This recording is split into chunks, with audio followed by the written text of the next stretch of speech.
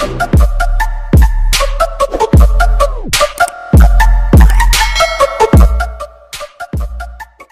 mga master, welcome back to our channel. Panibagong araw, panibagong kabanata na naman ang pagsamasamahin natin ngayong araw na ito. At kung bago ka sa ating channel, paki-click ang subscribe button and hit the notification bell para updated kayo sa ating mga susunod na videos. So mga master, sabay-sabay po nating pakinggan ang kabanata ngayong araw na ito tungkol sa pagbabalik ng Diyos ng digmaan. Let's go! Kabanata 1901 hanggang 1920. Kabanata 1901. Tuwang-tuwa ang lahat sa panonood ng labanang ito. Hindi mahalaga kung sino ang nanalo o natalo.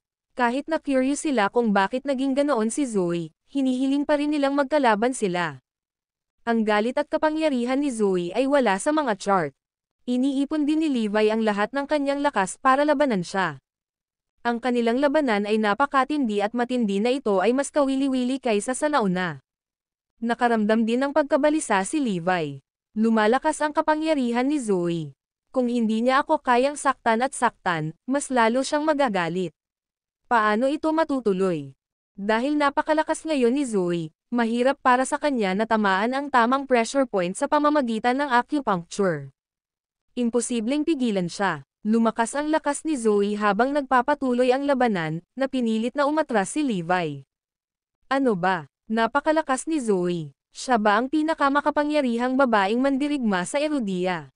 Paano siya magiging napakalakas? Mas malakas siya kaysa Rogue Slayer. Ang napakahusay na kakayahan ni Zoe ay nakumbinsi ang lahat sa kanyang kapangyarihan. Anong gagawin ko? Ano ang dapat kong gawin ngayon? Nakaramdam ng pagkabalisa si Levi kaya pinagpawisan siya ng malamig. Desidido si Zoe na patayin ako, pero hindi ko kayang saktan siya.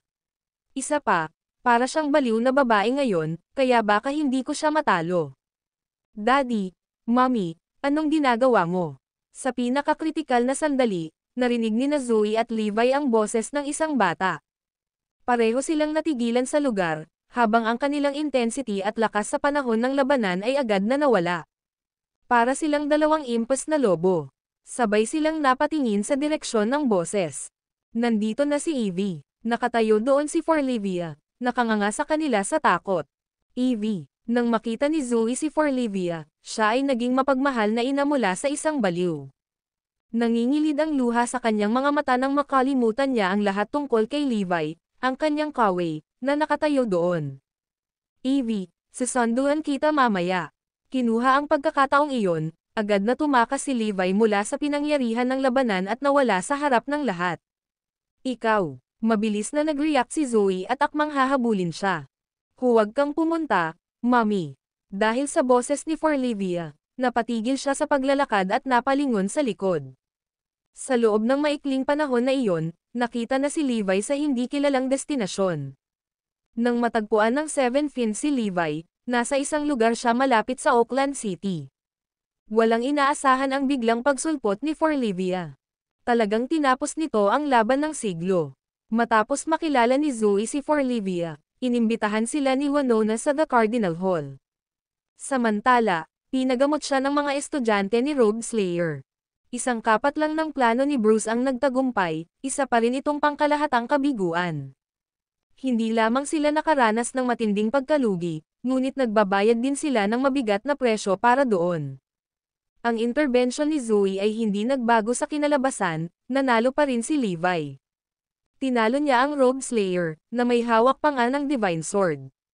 Di nagtagal, inilathala ng The Manifest Court ang bagong update na Erudia Gem at Stone List.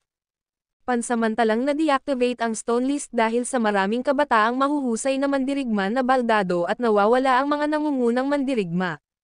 Gayunpaman, isang pagbabago nang naganap sa listahan ng Gem. Si Levi ang naging mandirigma sa listahan ng Gem.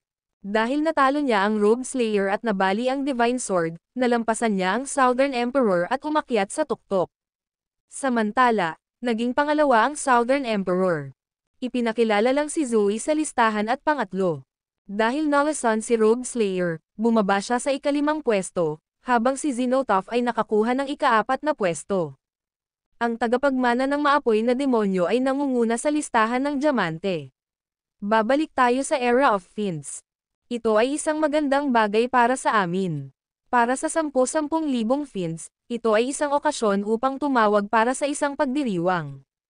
Nagawa ni Levi ang naabot ni Cyrus noong nakaraan.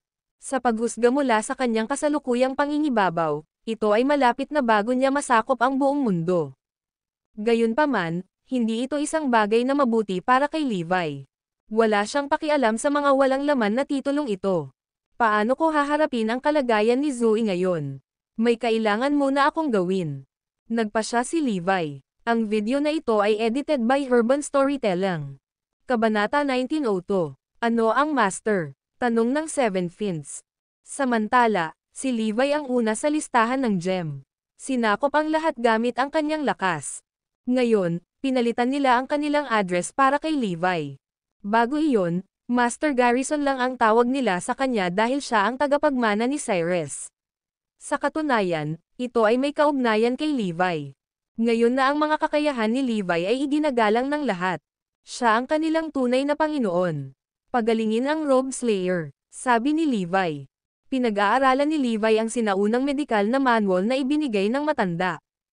Ang kanyang mga medikal na kasanayan ay tiyak na nasa antas ng isang master. Kaya naman, kaya niyang gamutin ang lason ng Robe Slayer. At saka, kung kasama niya si Venom Fiend, magiging mas madali ito. Hindi lang iyon, may malaking plano si Levi. Nasa utos mo kami, Guro, sabi ng lahat. Nagtaas ng tanong si Sword Fiend. Master, parang pagkatapos makita ni Madam ang bata, nagbago ang mood niya. I think pwede na tayong magsimula dito. Natuwa si Levi nang marinig ang paalala ni Sword Fiend. Tama iyan. Galit man si Zoe, pero kumalma siya matapos siyang tawagin ni Evie na, Mommy. Kahanga-hanga iyon. May iligtas pa siya. Darating ang araw na magkakasundo kami ni Zoe. Magandang balita iyan. Tinapik ni Levi si Sword Fiend. Ang Robe Slayer ay dinala pabalik sa kanyang bahay. May mga banal na doktor sa mga estudyante, na sinusubukan ang kanilang makakaya na gamutin siya. Si Delano ay nagpapanik at balisa sa gilid. Talagang ayaw niyang mabuhay si Robe Slayer. Nagkaroon na ng napakaraming pinsala. Kung nailigtas si Robe Slayer, maluha-luha siya. Kalimutan mo na, sirain mo. Nagbago ang ekspresyon ng mukha ni Delano at tumingin kay Robe Slayer na may mamamatay tao na aura. Papatayin niya si Robe Slayer kahit na ito ay magbuwis ng kanyang buhay. Akmang lalayo na siya, may kamay na pamatong sa balikat niya. Laking gulat ni Delano. Nandito ba ang Robe Slayer? Napalingon si Delano sa boses. Mayroong 2 tao na may marangal at ethereal na kilo. Sila ay walang iba kundi sina Levi at Venom Fiend. Pareho silang sumailalim sa disguise technique at tuluyan nang nagbago ang kanilang mga kilo. Oo, at ikaw ay, tanong ni Delano. Hindi siya pinansin ni Levi at Venom Fiend at pumasok na sa bahay. Hayaan mong pansinin siya ni Sword Fiend. Mahinahong sabi ni Levi. Kanina sa East War Zone, napansin siya ni Levi. Sa bahay. Iminungkahi ni Levi na gamutin si Robe Slayer ngunit tinanggihan ng mga apprentice. Hindi naman kasi alam nila ang identity ni Levi. Ngunit walang pakialam si Levi, ginamit niya ang kanyang kakayahan para itulak ang mga apprentice at pumunta sa harap para gamutin si Robe Slayer. Hay nako, ano ba tong nakikita ko? Ang matagal nang nawawalang 9-turn acupuncture na paraan. Biglang napasigaw ang apprentice na may pinakamagaling na medical skills. Nakilala niya ang kasanayang medikal na ginawa ni Levi. Ito ang maalamat na sinaunang medikal na kasanayan. Sa isang kisap mata, nalinis ang lason sa Robe Slayer sa pagtutulungan ni Levi at Venom Fiend. Namulat na si Robe Slayer, ngunit hindi pa siya nagising. Magaling siyang umarte. Ngumisi si Levi bago umalis. Ang galing ng doktor. Isa siyang ultimate genius doctor. Nang makitang nililinis ang lason, sabay-sabay na lumuhad ang mga apprentice sa sahig at napasigaw. Henyo doktor, ibig sabihin, ang kanyang medikal na kasanayan ay maaaring baguhin ang kapalaran na parang tulong ng langit. Mas nakakabaliw iyon kaysa sa isang himalang doktor. Nang pumasok si Delano, natigilan siya nang makita niyang nakaluhod ang lahat sa sahig. Anong nangyayari? Nang malaman na naalis na ang lason sa Robe Slayer, muntik na siyang mawalan ng malay. Paano ito posible? Imposibleng maalis ang lason na ito. Sa sandaling magsagawa ng anumang puwersa, ang isa ay magkakaroon ng matinding pinsala sa kanyang martial vein, paralisado, o kahit na mamatay.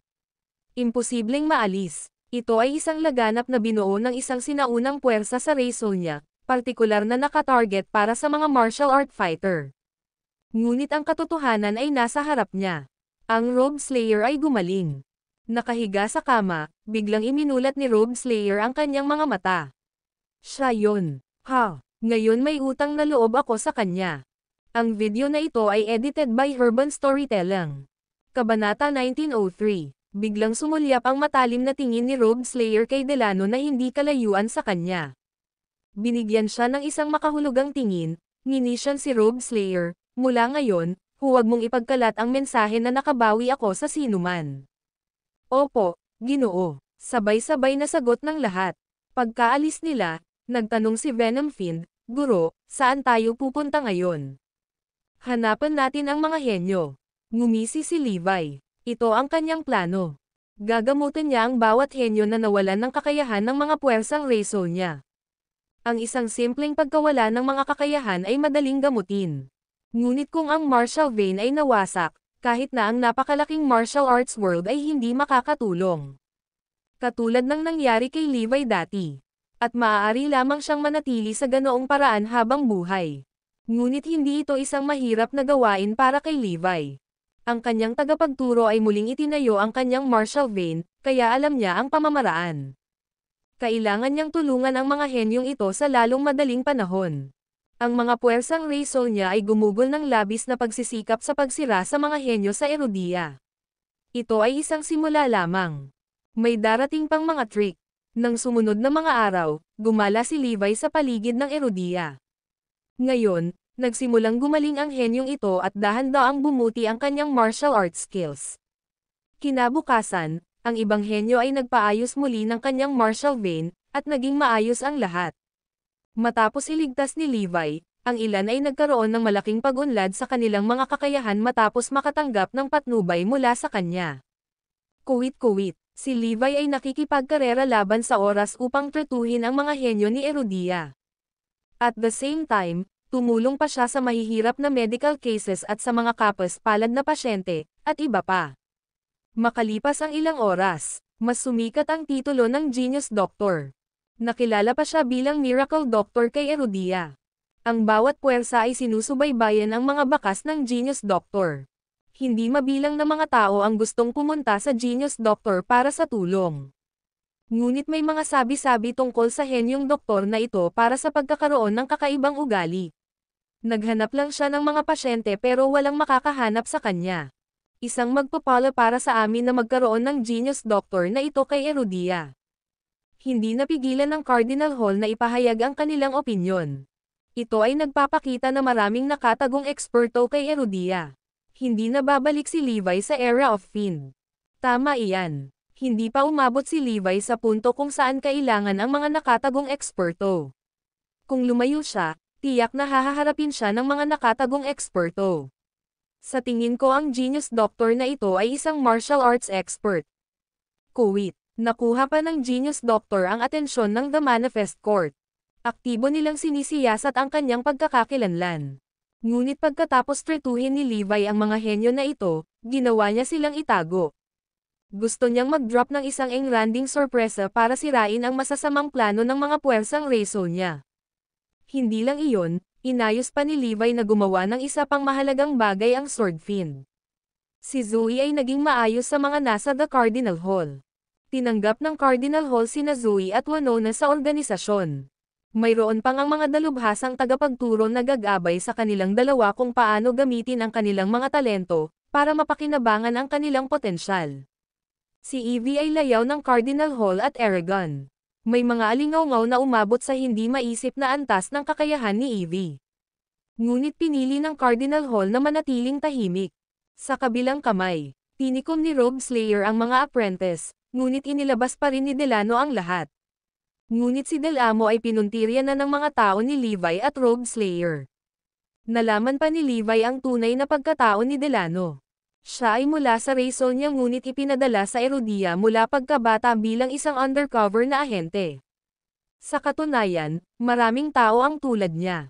Pinahanap ni Levi sa kanyang team of secret warriors ang bawat isa sa kanila. Bukod doon, binisita ni Levi ang ilang tao, at handa silang sumunod sa kanya. Mag-iiwan ito ng positibong impluwensya sa hinaharap.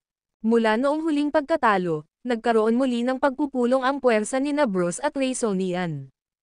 Ipagpapatuloy namin ang plano. Magsisimula na ang mga puwersang Raysonian. Ngumiti si Bruce. Makatiyak ka, matagumpay ang unang yugto ng aking eksperimento. Malapit nang magsimula ang mass production. Kuwit-kuwit, mapayapa ang lahat sa ngayon, ngunit ito ang kalmado bago ang bagyo. Isang hindi pa nagagawang bagyo ang malapit nang dumating. Ang video na ito ay edited by Urban Storytelling. Kabanata 1904. Kamakailan, may nakapansin ng isang phenomenon. Ang pinakamataas na posisyon ni Levi sa listahan ng gem ay isang dagok sa The Cardinal Hall. Magagawa niya ang gusto niya, at walang makakapigil sa kanya. Hindi ba ito ang perpektong timing para ibalik niya ang Era of Fiends at ilabas ang kalamidad sa Erudia, na gagawin itong impyerno sa lupa? Kakaibang, ang mga gulong papunta sa makademonyong planong iyon ay hindi umiikot. Ang mga alipores ni Levi, ang Seven Fiends, ay hindi nagpatinag, sa halip, kumilos sila tulad ng ibang mga legal na mamamayan. May mga alingaw-ngaw na ang Blood Fiend ay tumigil sa paggamit ng dugo ng tao para sa kanyang paglilinang, at ang Venom Fiend ay nakahanap ng pagbabago sa mga tao para sa pagsubok sa kanyang lason. Hindi lang iyan, ilan pa raw sa kanila ay tumigil na sa kanilang pagpatay at nagbukas ng bagong dahon. Halos nagbago na sila magdamag. Sa kanilang kapangyarihan, kaya nilang baligtarin ang mundo, ngunit wala silang ginawang ganoon. Wala man lang silang ginawang masama. Bakit? Ano ang nagbago sa kanila? Ang mga tao ay nagkakamot ng kanilang mga ulo at nakakaramdam ng kakaiba tungkol sa 180 degree na pagbabagong ito. Pagkatapos ng lahat, sila ay mga fiends. Bueno, karamihan sa mga tao ay narinig ito mula sa puno ng ubas, at sa likas na katangian ng tao, ipinakilala nila ito saan man sila pumunta. Naniwala sila sa lahat ng narinig nila pero nakita ba nila ng personal ang mga fiends? Hindi. Sa kabutihang palad, mayroong isang maliit na bilang ng mga taong malinaw ang pag-iisip na tumanggi na mamula sa pag-ikot. Napagtanto nila na may mali. Dahil si Levi ang naging pinuno ng mga fiends, sa halip na banta sa batas at kaayusan, ang mga bagay na ginawa niya ay ginawang mas magandang lugar si Erudia. Ang Seven Fiends at ang kanilang mga tagasunod ay lubos ding nagbago. Di nagtagal, lumabas ang balita tungkol sa maling akusasyon sa Seven Fiends na nawalan ng kakayahan sa daan-daang kabataang talento sa Erudia. Hindi sila. Itinago ng mga salarin ang kanilang pagkakakilanlan sa pamamagitan ng pagsusuot ng maskara. Talagang hindi ito ang estilo ng Seven Fiends. Mas gusto nilang ipakita ang bawat pulgada ng kanilang mga katangian at balat para malaman ng buong mundo na ginawa nila ito. Bakit sila magtatago sa likod ng kurtina? Siyempre, hindi lang iyon ang giveaway. Parami ng parami ang ebidensyang lumabas at nilinis ang kanilang pangalan sa lahat ng masasamang gawain. Pinili kong maniwala sa Crown King.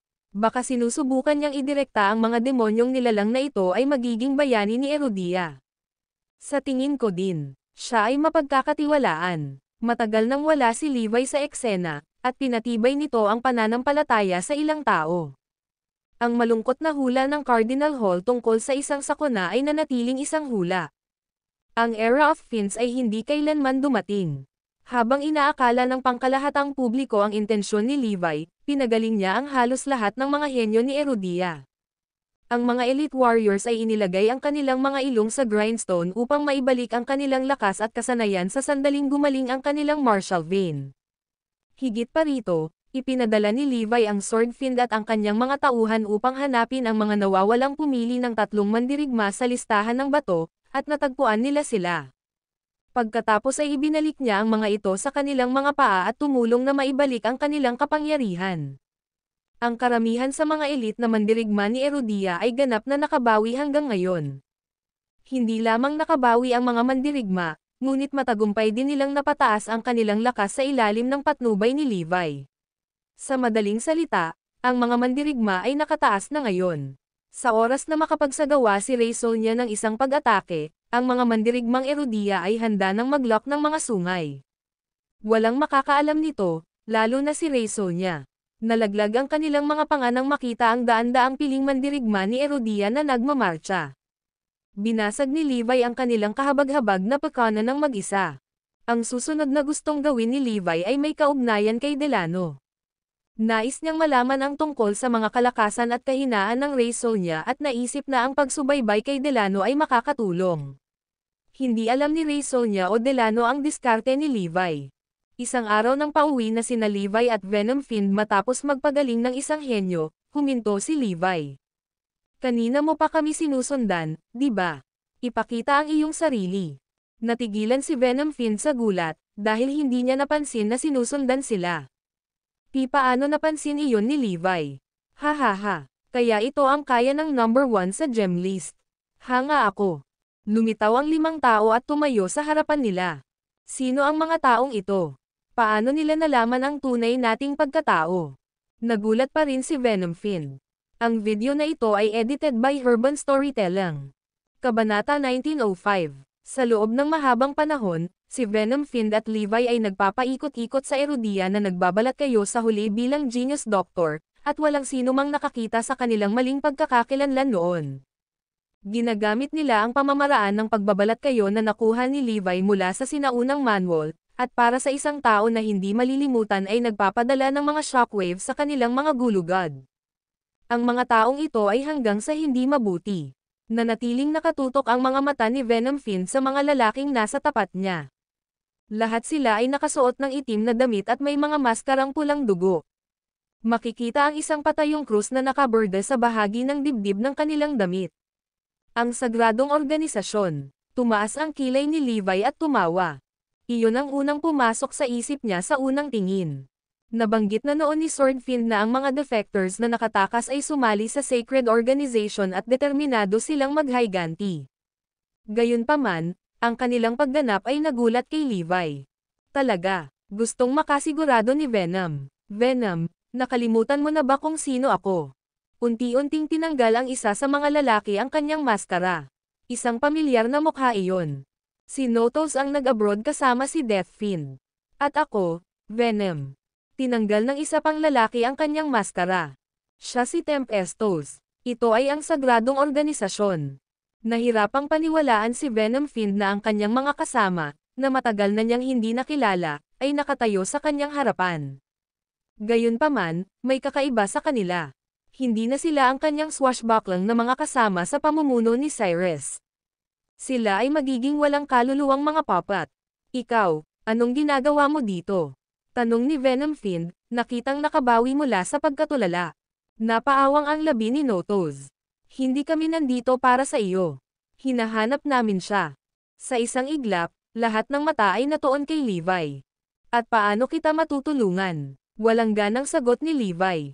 Congratulations! Matagal ka na naming inoobserbahan at napagpasyahan namin na maging isa sa amin.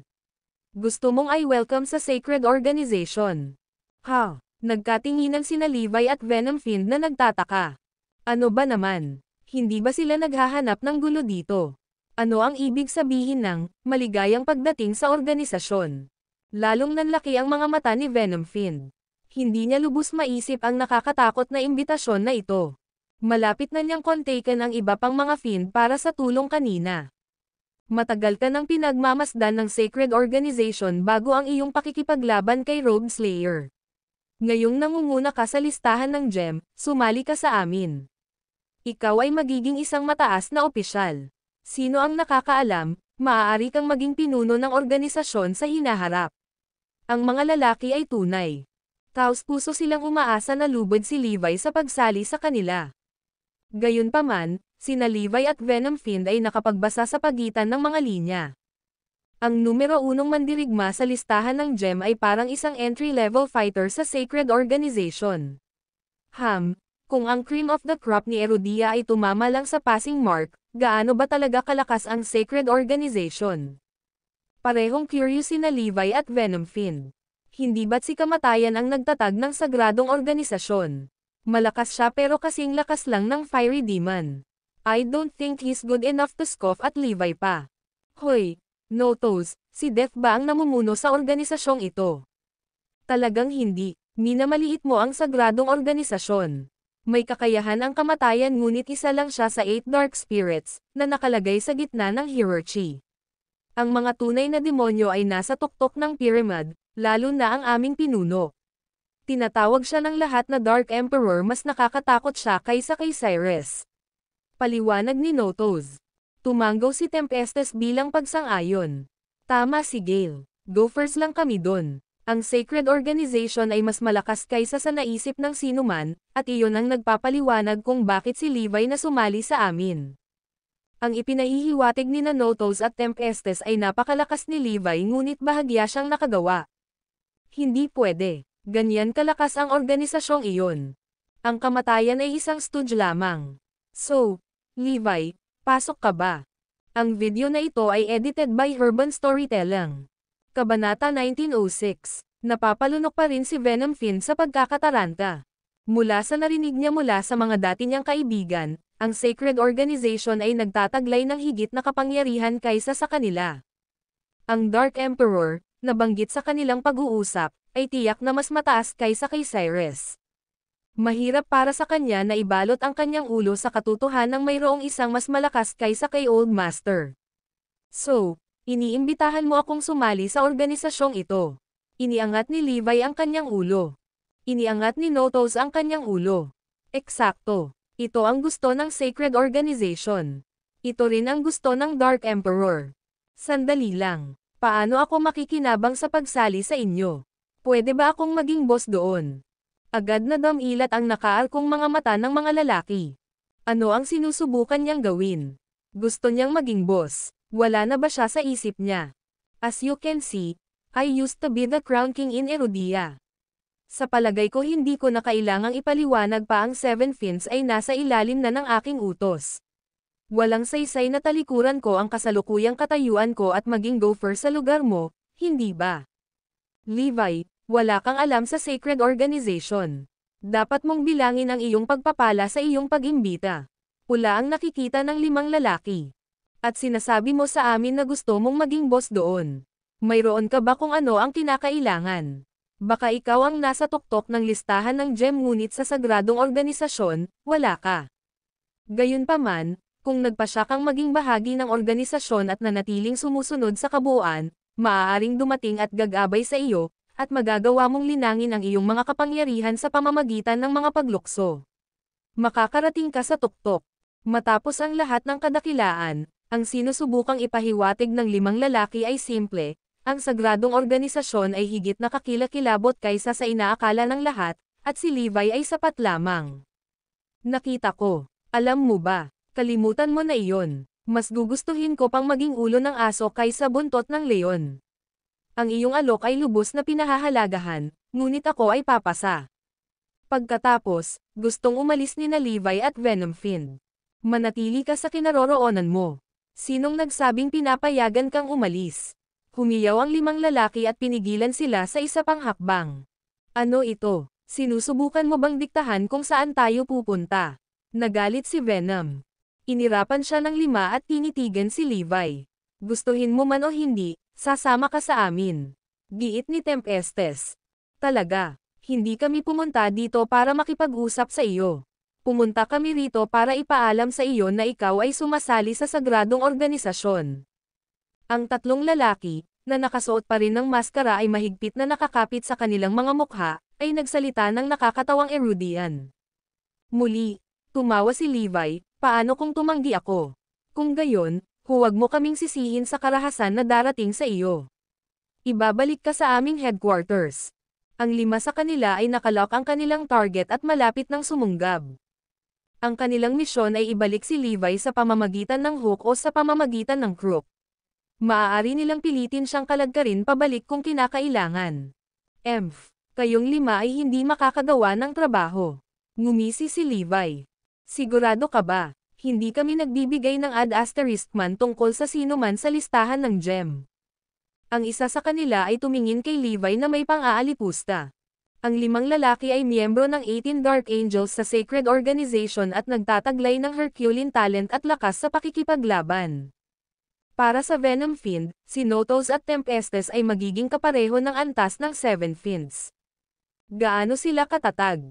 Hindi niya alam na simula nang sumali si Death Fiend sa Sacred Organization, ipinamana sa kanila ng Dark Emperor ang mga talento na hindi matatalo gamit ang isang espesyal na pamamaraan ng paglilinang. Doble na ang lakas nila ngayon kaysa dati. Sa madaling salita, mas mataas sila kaysa sa Seven Fiends, magiging sacred na magiging pagtitiwala ng organization sa kanilang kakayahan na ibalik si Levi sa punong responsibilidad. Boom! Ang 5 lalaki ay nagpakawala ng kanilang kapangyarihan. Di malakas yun. Si Notos at Tempestes ay tumaas na sa ganoong taas. Ay napatulala. Ang hindi niya alam ay mas makulit pa ang tatlo. Mababaliw siya kung alam niyang ang mga dating kasamahan niya ngayon ang pinakamahina sa 18 Dark Angels. Dalhin mo. Handa na silang patumbahin ni Levi. Ang video na ito ay edited by Herban Storytelling. Kabanata 1907. How dare these people dare come to Erudia and make trouble with me? Naging tensyon ang kapaligiran sa sumunod na sandali nang humarap si Levi sa kanyang 5 kalaban. Nag-alala si Venom Fiend. Sa una, hindi niya ito nakita bilang isang problema dahil ang posisyon ni Levi sa tuktok ng listahan ng gem ay nagsasalita tungkol sa kanyang mga kakayahan. Gayunpaman, nagbago ang isip niya nang ipakita ang kapangyarihan ng 5 madilim na anghel. Hindi ko inaasahan na ganito sila kalakas. Ang ating tagumpay ay hindi sigurado ngayon. Higit pa rito, ang 5 iyon ay hindi man ang pinakamalakas na miyembro ng Sacred Organization. Sa tingin ko, nakagat na tayo ng higit pa sa maaari nating muya sa pagkakataong ito. Levi, ikaw ang nagdala nito sa sarili mo. Umungol si Notos, isang nakakatakot na buhawi ang lumitaw sa pagtataas ng kanyang mga braso. Itinaas din ni Tempestes ang kanyang mga braso, na nagpadilim sa kalangitan habang bumubuhos ang kanyang galit. Sumunod naman ang tatlo pa. Sila ang mga master ng yelo, apoy, at kuryente. Sa layuning parusahan si Levi, ipinatawag nila ang ganap na kapangyarihan ng kani-kanilang mga nasasakupan. Sa pinagsamang kapangyarihan ng lahat ng 5, kaya nilang dalhin ang mundo sa tuhod nito. Nagsanib ang buhawi, bagyo, apo ng impyerno, kidlat, at kulog upang bumuo ng isang hindi mapigil ang puwersa. Tumalon si Levi para makipaglaban habang si Venom Fiend ay napilitang muling simula alang ang kanyang intensyon na mamagitin dahil hindi na makikita ang mga mandirigma, na nakatago sa pamamagitan ng nakamamatay na kaguluhan ng mga elementong puwersa. Nag-aalala na siya ay papatayin bago pa man makalapit, dahil ang paglalagay ng kanyang lason ay nangyayaring malapit sa kanyang mga biktima. Ang pinagsamang puwersa ng lahat ng 5 Dark Angels ay talagang nakakatakot. Maging ang langit ay nagdilim at ang lupain ay naging tigang na tila sumasalamin sa bangis ng kanilang labanan. Ang 5 madilim na anghel ay partikular na tinipon ng Sacred Organization upang subukan ang katapangan ng lalaking namumuno sa listahan ng diamante. Hiwalay, ang 5 madilim na anghel ay makapangyarihang mga individual. Magkasama, mas malaki sila kaysa sa kabuuan ng kanilang mga bahagi. Ang kanilang kasamahan at komunikasyon ay nagbigay daan sa kanila na maging isang mabigat na grupo. Sa kanilang pinagsama-samang puwersa, nakadama sila ng kumpiyansa na kayang talunin ang mga numero 1 sa listahan ng gem. Ang katiyakang iyon ay ginawang alinsunod sa pagtatansya ng sagradong organisasyon ng antas ng kasanayan sa pag-aaral ng numero 1.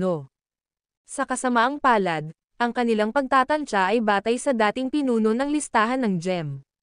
Sa pagkakataong ito, gayunpaman, si Levi ang nasa tuktok ng listahan ng gem. Hindi nagtagal para masukat ni Levi ang kakayahan ng kanyang mga kalaban. Kahit siya ay napilitang kilalanin ang kanilang lakas. Gayunpaman, maaaring nahirapan siya noon bago niya ginamit ang reversal technique. Pagkatapos ng kanyang metamorphosis, ang kanilang pinagsamang lakas ay walang kahulugan sa kanya. Akin na, sigaw ni Levi, Leviathan. Isa itong pamamaraan na binuo niya mismo. Sa pamamagitan ng pag-concentrate ng lahat ng kanyang kapangyarihan sa kanyang kamao at pagpapakawala, kaya nitong lipulin ang anumang pinili niya. Sa katunayan, ito ang mismong pamamaraan na ginamit ni Levi para hatiin ang Divine Sword sa bahagi. Nagkaroon ng epiphany si Levi sa paglaon habang ginagawa ang kanyang diskarte. Ito ay hindi sapat upang ibuhos ang lahat ng kanyang kapangyarihan. Kinailangan niyang i-compress pa ito para mas maging epekto pa ang sumunod na pagsabog. Kumpiyansa na siya ay nakabasag ng bagong lupa sa pagtuturo, pinangalanan niya ang pamamaraang ito sa kanyang sarili. Nabalot sila ng katahimikan habang ang lahat ng kapangyarihan sa mundo ay hinihigop ni Levi. Samantala, ang kapangyarihan sa loob ng kanyang katawan ay puro sa kanyang kanang kamao. Pagkatapos ng ilang minuto ng pag-channel ng napakalawak na kapangyarihan, sinimulan niya ang proseso ng ganap na compression. Napakahirap na proseso na naramdaman ni Levi na malapit nang mapunit ang kanyang katawan sa sobrang dami ng enerhiyang dumadaloy dito. Hindi nagtagal, nagsimulang mag-iba ang kanyang kanang kamao. Pumalakpak, nang maramdamang hindi na niya ito mapipiga, ibinagsak ni Levi ang kanyang kamao sa lupa ang nakakatakot na puwersa na pinakawalan sa isang iglap. Isang dagandong umalangaw mula sa lahat ng panig habang ang lupa ay nangingibabaw, na mas mapanganib kaysa sa pinakanakakahinang lindol. Hinawakan ng kanang kamao ni Levi ang lupa, ang enerhiyang nakasiksik sa loob niya ay sumabog palabas. Ang limang madilim na anghel ay pinalipad pabalik ng paisa-isa habang marahas silang hamampas sa lupa sa di kalayuan. Agad na huminto ang elemental torrent na ipinatawag nila. Ang kanilang mga katawan na espesyal na nilinang ng Dark Emperor ay nahati ng malawak, na nadala ang halos lahat ng epekto ng Leviathan. Kung hindi dahil sa kanilang pambihirang husay at tibay, ang limang madilim na anghel ay nasawi kaagad. Nanlaki ang mga mata nila sa takot habang nakatingin kay Levi. Paano ito posible? Talagang magagawa naming ibagsak ang numero 1 sa listahan ng gem sa pamamagitan ng pinagsamang pagsisikap. Unbeatable ba talaga si Levi? Kahit si Venom Fiend ay natakot sa kanyang talino. Nagpadala ng hudyat para sa tulong, ang natitirang 6 na Fiends ay sumugod sa pinangyarihan at alam na tapos na ang laban.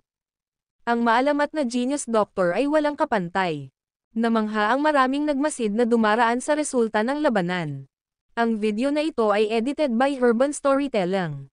Kabanata 1908. Kanina, tunog ng galit na galit ang nag-akit sa kanila na panoorin ang laban. Dahil hindi nila narinig ang pag-uusap ni Levi at ng limang madilim na anghel, hindi nila alam ang pagkakakilanlan ni Levi.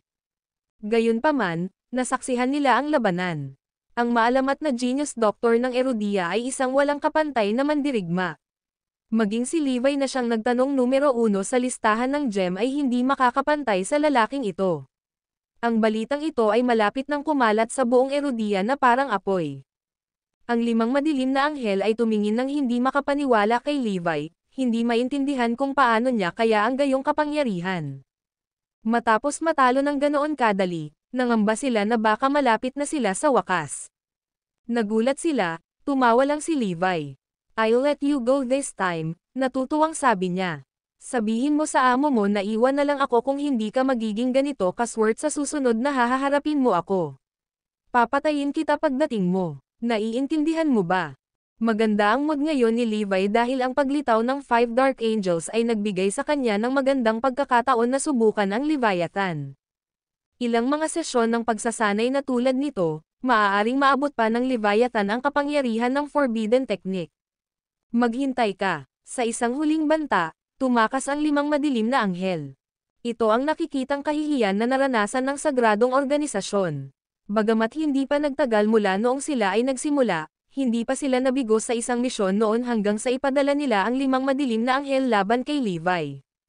Palibhas ay sinisiraan ang Sacred Organization, ang limang madilim na anghel ay naiwan na walang pag-aalinlangan na sila ay mapapasa para sa isang matinding parusa kapag sila ay bumalik. Baka mapatay pa tayo dahil sa pagkabigo sa misyon. Tama na, sabi ni Levi, lumingon sa harap ng mga Fiend. Bumalik na tayo. Nakahinga ng maluwag ang karamihan sa pag-alis ni Levi kasama ang Venom Fiend. May pag-asa para kay Erudia. Hindi na magiging dominante si Levi sa paglitaw ng bagong di makajos na talentong ito. Bumalik sina Levi at Venom Fiend at sinabi sa iba ang lahat ng nangyari. "Ano, Diyos ko, nakakatakot ang sagradong organisasyon. Akala ko si Death Fiend ang leader nila." Ang mga alagad ni Levi ay lubos na hindi naniniwala. Iyon ang sabi nila, malamig na komento ni Levi. Ang Death Fiend ay ang pinakamakapangyarihan sa 18 madilim na anghel, ngunit tiyak na hindi ang pinakamakapangyarihan sa sacred organization. Sana hindi nila target si Erudia. Kung gagawin nila, lalabanan ko sila hanggang kamatayan. Kasabay nito, kumalat na sa buong Erudia ang balita tungkol sa galing sa militar ng Genius Doctor. Ang sinasabi ko lang, si Erudia ay puno ng mga malalakas na mandirigma. Si Levi at ang iba pa ay nakatagpo na ng kanilang kapareha. Tama iyan. Kahit na si Levi ay nasa tuktok ng listahan ng mga hiyas sa ngayon, may papasok at magpapatalsik sa kanya sa lalong madaling panahon. Dahil sa lakas ng loob ng paglitaw ng isang potensyal na banta kay Levi, ang mga binugbog niya ay nakaramdam ng lakas ng loob para magsalita muli. Marami sa kanila, na hindi pa nasisiyahan sa kanilang pagkatalo, ay nagnanais na ang makapangyarihang manlalaban na ito ay ilagay si Levi sa kanyang lugar. Nanatiling tahimik ang Cardinal Hall at Eragon mula nang maputol ni Levi ang Dragon Chain. Hindi sila masyadong nag-aalala pagdating sa pakikitungo kay Levi habang hawak nila ang anak ni Levi. Maging si Zoe na nakakita kay Levi bilang sinumpaang kaaway ay nasa ilalim ng pangangalaga ng Cardinal Hall sa kasalukuyan. Sa pamamagitan ng mga pag-iingat na iyon, naniwala sila na hindi kikilos si Levi nang walang pakundangan laban sa kanila. Tamang-tama. Ang pagkawala ni Levi sa pagitan na iyon ay nagpatunay ng kanilang paniniwala. Gayunpaman, hindi nila alam na ang pagkawala ay ganap na walang kaugnayan. Ano man ang mangyayari, hindi gagawin ni Levi ng anumang bagay para saktan si Erudia. Samantala, sa pinakalihim na sulok ng Cardinal Hall, isang karatula na may nakasulat na, The Manifest Court, sa isang matapang na kamay ay nakasabit sa itaas ng isa sa mga mabibigat na pinto nito kung saan may boses na dumating. Ang sagradong organisasyon. Nandito sila sa Erudia. Ano ang gusto ng Dark Emperor? Nabalitaan ko na natagpuan nila ang Genius Doctor na nakakuha ng reputasyon kay Erudia. Di ba Levi? May balak ba ang Sacred Organization na supilan siya? Sa tingin ko, dapat ba nating ipaalam sa iba sa Cardinal Hall? Hindi. Hindi namin isasama ang sarili namin dito. Hindi na rin kailangang ibunyag ang pagkakakilanlan ni Levi bilang henyo na doktor. Siyempre, ang Cardinal Hall at ang iba pang mga organisasyon ay makakatuklas nito sa anumang kapalaran. Panigurado, hindi sa amin manggagaling ang balita. Ipadala ang aming mga tauhan upang mabantayan ang mga aktibidad ng sagradong organisasyon. Kahit papaano, alam na alam ng Manifest Court ang pagkakakilanlan ni Levi. Ang video na ito ay edited by Urban Storytelling. Kabanata 1909. Maging ang Cardinal Hall ay hindi inaasahan na ang Manifest Court ay marami pang nalalaman. Dahil ang Manifest Court ay umiral ng independyente sa Cardinal Hall, ang una ay magbibigay ng tulong sa huli at sa anumang iba pang organisasyon kung sakaling kailanganin. Hindi nila gagawin ang inisyatiba na magbigay ng impormasyon sa Cardinal Hall, at tiyak na hindi kukuha ng kanilang mga order. Ang Manifest Court ay namamahala lamang sa pangangalap at pangangalap ng impormasyon na nauukol sa kaharian. Hindi sila makikialam sa ibang mga gawain. Sa madaling salita, ang parehong mga organisasyon ay pantay ngunit nagsilbi sa iba't ibang tungkulin. Bukod sa balitang si Levi ang Genius Doctor, marami pang ibang impormasyon na hindi naramdaman ng Manifest Court na kailangang magbigay sa Cardinal Hall. Ang gumanap sa anino sa ganitong paraan ay isang tunay na testamento sa nakakatakot na lawak ng kapangyarihan ng Manifest Court, isang bagay na pinatunayan ni Cyrus dati. Ang mga pangyayari kay Erudia na hindi nakikita ng karamihan maliban sa Manifest Court ay sapat na upang ipaliwanag ang maraming mga pangyayari. Samantala, ipinagpatuloy ang pagpupulong ng konseho sa loob ng Manifest Court. Paano nakaligtas ang asawa ni Levi at si Winona sa pagsabog? May nagligtas ba sa kanila? Hindi pa rin ako makapaniwala. Nasukli namin ang lahat ng magagamit na impormasyon tungkol sa pangyayaring iyon. Walang sino man ang may tiyak na sagot. Ayon sa inilarawan nilang dalawa, may nagligtas talaga sa kanila. Iyan ang pinakamaasahang piraso ng impormasyon na mayroon kami. Kahit na sila mismo ay umamin na walang paraan na sila ay nakaligtas sa pagsabog kung hindi dahil sa kanilang tagapagligtas. Sino kaya ang taong iyon? Kahit hindi natin alamin, kakaiba. Maaaring kamag-anak ang taong iyon kay Levi. Hanggang ngayon, hindi namin matiyak kung paano naging mas makapangyarihan si Levi. Sa pagbanggit ng kapangyarihan ni Levi, Ang grupo ay natigilan sa pagkamangha. Ang pagkakakilanlan ni Levi bilang genius doctor ay madaling natuklasan ng Manifest Court. Gayunpaman, wala silang ideya tungkol sa pagkawala ng kanyang amo. Sa pagtatapos ng pulong, lahat ng miyembro ng konseho ay sumasang-ayon sa punto na ang Panginoon ni Levi ay isang taong may nakakatakot na kakayahan. Samantala, ang balita ng pagkatalo ng 5 madilim na anghel ay agad na naihatid sa pandinig ng sagradong organisasyon. Sa kanilang pagkabigla, ang mga miyembro ng Council ng Sacred Organization ay tumawa sa kanilang mga mukha sa halip na parusahan sila. Palibhas ay bumalik na may takot na maparusahan dahil sa kanilang kabiguan, hindi nila inasahan na magiging iba ang kalalabasan nito. Napakagaling. Siya ay higit na makapangyarihan kaysa sa aming inaasahan. Napakahusay. Pinapalakas nito ang aming determinasyon na i-recruit si Levi. Ang kanyang pagdaragdag sa aming organisasyon ay naging isang prioridad na ngayon. Dapat siyang sumama sa amin kahit anong mangyari. Dapat natin siyang dalhin sa ilalim ng banta ng kamatayan. Kung hindi iyon posible, ipapadala namin ang lahat ng 18 Dark Angels kung kinakailangan. Ang pagpapakita ni Levi ng kanyang kapangyarihan ay may kabaligtaran na epekto ng kanyang nilayon. Sa katunayan, lalo pang naging determinado ang Sacred Organization na sumali siya sa kanilang hanay. Samantala, tinatapos lang ni Levi ang huling yugto ng kanyang paggamot. Sa wakas, ang 3 manlalaban sa listahan ng Stone ay ganap na nakabawi. Bukod doon, silang 3 ay nakaranas ng malaking pagtaas sa kasanayan at hindi nagtagal ay nakalusot sa susunod na antas. Master, ang galing mo. Bulalas ng kanyang mga alagad. Sa napakaikling panahon, nagawa mong alagaan ang ilang daang mandirigma pabalik sa kalusugan. Isa talaga itong himala. Nagsisimula na akong maghinala na hindi ka apprentice ng matanda. Hindi siya nagtataglay ng mga medikal na kasanayan tulad ng sa iyo. Palaging matalas, naramdaman ni Swordfiend na may naramdaman. Si Levi at Cyrus ay hindi maaaring maging higit na naiiba sa isa't isa. Kahit na ang kanilang mga diskarte ay hindi nagbabahagi ng anumang pagkakatulad. Hindi siya sigurado kung nag-overthink ba siya, ngunit naramdaman niyang hindi siya apprentice ni Cyrus. Sa kabila ng paghihinalang iyon, siya at ang iba pang mga alagad ay hindi nang ahas na ipahayag ang kanilang opinyon. Mag-apprentice man ako o hindi ay hindi mahalaga, sabi ni Levi na may naiinip na pagkaway ng kanyang braso. Sabihin mo sa akin, ano ang nararamdaman mo ngayon? Si Levi ay interesadong malaman kung paano nagpapatuloy ang mga Fiends sa pamamagitan ng pagsunod sa kanyang mga alituntunin. Medyo maganda ang pakiramdam ko. Sanay na ako ngayon. Kumpiyansa na tumango ang kanyang mga alagad. Humalaklak si Venom Fiend. Oo, gumagana pa rin ang aking nakamamatay na mga eksperimento kahit na pagkatapos gumamit ng mga hayop bilang kapalit. Mula nang gumamit ako ng dugo ng hayop at pinadali ang dugo ng tao, sabi ni Blood Fiend na may ngiping-ngiting, nalaman kong tumaas ang aking kapangyarihan. Hindi rin ganoong saktan ang sarili ko habang nagsasanay. Mula nang tanggapin ang mga alituntunin ni Levi na huwag saktan ang mga tao, ang mga Fiends ay mas mabuti kaysa dati.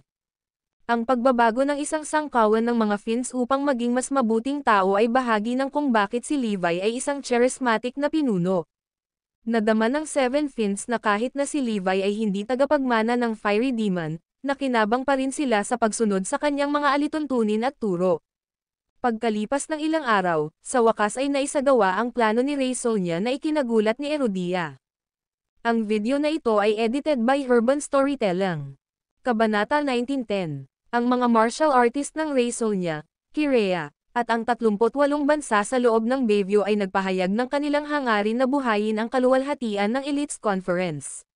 Si Erudia ang tanging exception. Ang Elites Conference ay isang kompetisyon na nag-host ng sparring sa pagitan ng mga aspiring young martial artist na nagmula sa buong Bayview. Ang kanilang kagalingan ay naranggo ng Bayview List. Ang kaluwalhatian ng pangunguna sa Bayview List ay nakaakit sa mga talento sa buong rehiyon na makipagkompetensya upang maging pinakamahusay na manlalaban sa lahat. Napaka-prestihiyoso nito na ang mga merito ng pagiging nasa Bayview List ay higit na lumampas sa Stone List ni Erudia. Ipinagmamalaki ng mga bansang may pinakamahuhusay na mandirigma ang tagumpay na iyon dahil talagang maluwalhati ang mga parangal at parangal. Gayunpaman, si Kirea at Ray Sonia ay may mas ambisyosong mga plano. Alinsunod sa mga sinaunang alituntunin ng Elites Conference, ang bansa kung saan ang pinakamaraming mandirigma ay nakapasok sa Bayview list ay nagbibigay ng mga karapatang pakilyusan ang lahat ng mga mandirigma ng ibang bansa. Sa madaling salita, kapag nakuha na ni Ray Sonia ang karapatan, ang mga mandirigma ni Erudia ay nasa ilalim ng kanilang jurisdiction at mapipilitang sumunod sa kanilang mga utos. Sa parehong ugat, magagawa ni Ray Sonia na sugpuin ang pag-unlad ng mga mandirigma ng mga kalapit na bansa at isulong ang mga ito sa parehong oras. Bagamat ito'y malabo sa teorya, iyon ang mga patakaran ng Elites Conference mula noong unang panahon. Kabalintunaan, ang mga pinuno ng Erudia noon ang nagtakda ng mga patakaran. Noon, ang martial arts scene sa Erudia ay nasa tuktok nito. Ang lahat ng iba pang mga kalapit na bansa ng Bayview ay hindi nagkaroon ng pagkakataon laban sa mga Erudian dahil hindi sila mapag-aalinlangan ng mga master ng martial arts world sa rehiyon ng Bayview. Hindi nagnanais ang mga martial artist ng ibang bansa ay bumangon at mag-pose bilang isang banta sa kanila, ang mga sinaunang Erudian ay naghangad na sugpuin ang kanilang pagsulong. Ang dahilan kung bakit nila ginawa ang pagsulat ng iyon sa unang lugar ay upang makontrol ang pag-unlad ng mga martial artists sa mga kalapit na bansa. Mula nang magsimula ang Elites Conference, na ginanap ng isang beses bawat 30 taon, si Erudia ay nangingibabaw sa bawat isa. Ang mga mandirigma ni Erudia ay hindi lamang humawak sa listahan ng 3 sa Bayview list, ngunit kinuha din nila ang bahagi ng listahan. Ang pangingibabaw ni Erudia sa martial arts scene sa Bayview ay nagpatuloy hanggang sa huling Elites Conference na hindi man lang nagkaroon ng pagkakataon ang ibang bansa. Iyon ang dahilan kung bakit walang hinanggad si Ray Sonia at iba pang mga bansa kundi ang maangkin ang korona ng minsanan. Sa sandaling gawin nila, kontrolin nila ang pagsulong ng mga martial artists sa buong Bayview. Sa partikular, nagtanim sila ng sama ng loob kay Erudia dahil sa Panginoon nila sa kanilang bansa sa loob ng maraming taon. Bilang isang resulta, upang makontrol ang mga martial artist ni Erudia sa kanilang huling paghihiganti. Makamit ang layuning iyon, ang diskarte ni Ray Sonia ay hadlangan ang pagtatangka ni Levi na buuin muli ang eksena ng martial arts sa Erudia sa pamamagitan ng pag-incapacity ng ilang daang may kakayahang magamit ng Erudia. Dahil na-neutralize ang kanilang pinakadakilang katunggali, walang kinatawan ng Erudia ang makakasama sa Elites Conference. Ang 3 dumaan sa listahan ng bato ay ang matinding pinsala na tila sila ay ganap na naglaho. Sa martial veins ng iba pang mandirigma na baldado, wala ni isang manlalaban na may kakayahan.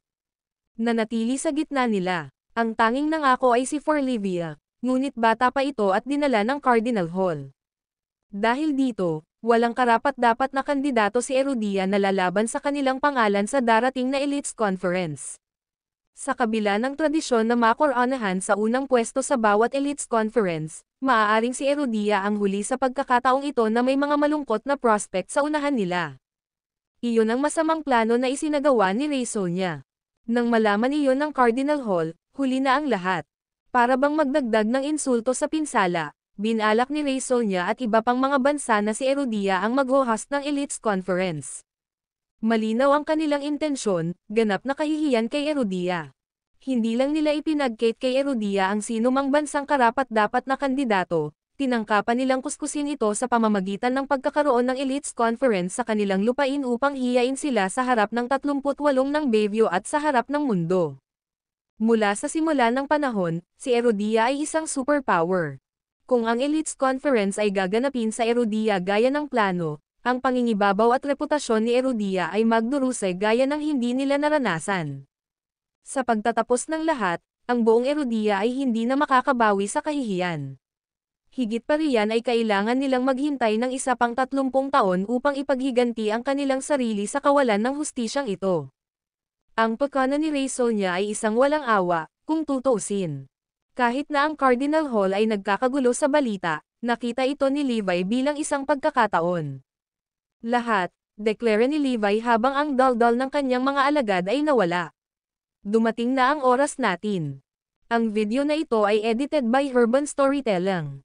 Kabanata 1911. Ito na ang sandaling hinihintay ni Levi. Dahil walang mga hadlang, magagawa niyang bawiin ito hanggat gusto niya. Dahil ang balita ng Elites Conference ay ginawa sa publiko, si Levi at ang natitira sa wakas ay naunawaan ang motibo sa likod ng malawak na kawalan ng kakayahan ng mga batang martial artist ng Erudia. Maging ang mga Erudian na sa simula ay hindi naniniwala sa kawalang kasalanan ni Levi at nasa ilalim ng impresyon na ito ay ginawa ng Seven Fins ay sa wakas ay nagsimulang makakita ng iba.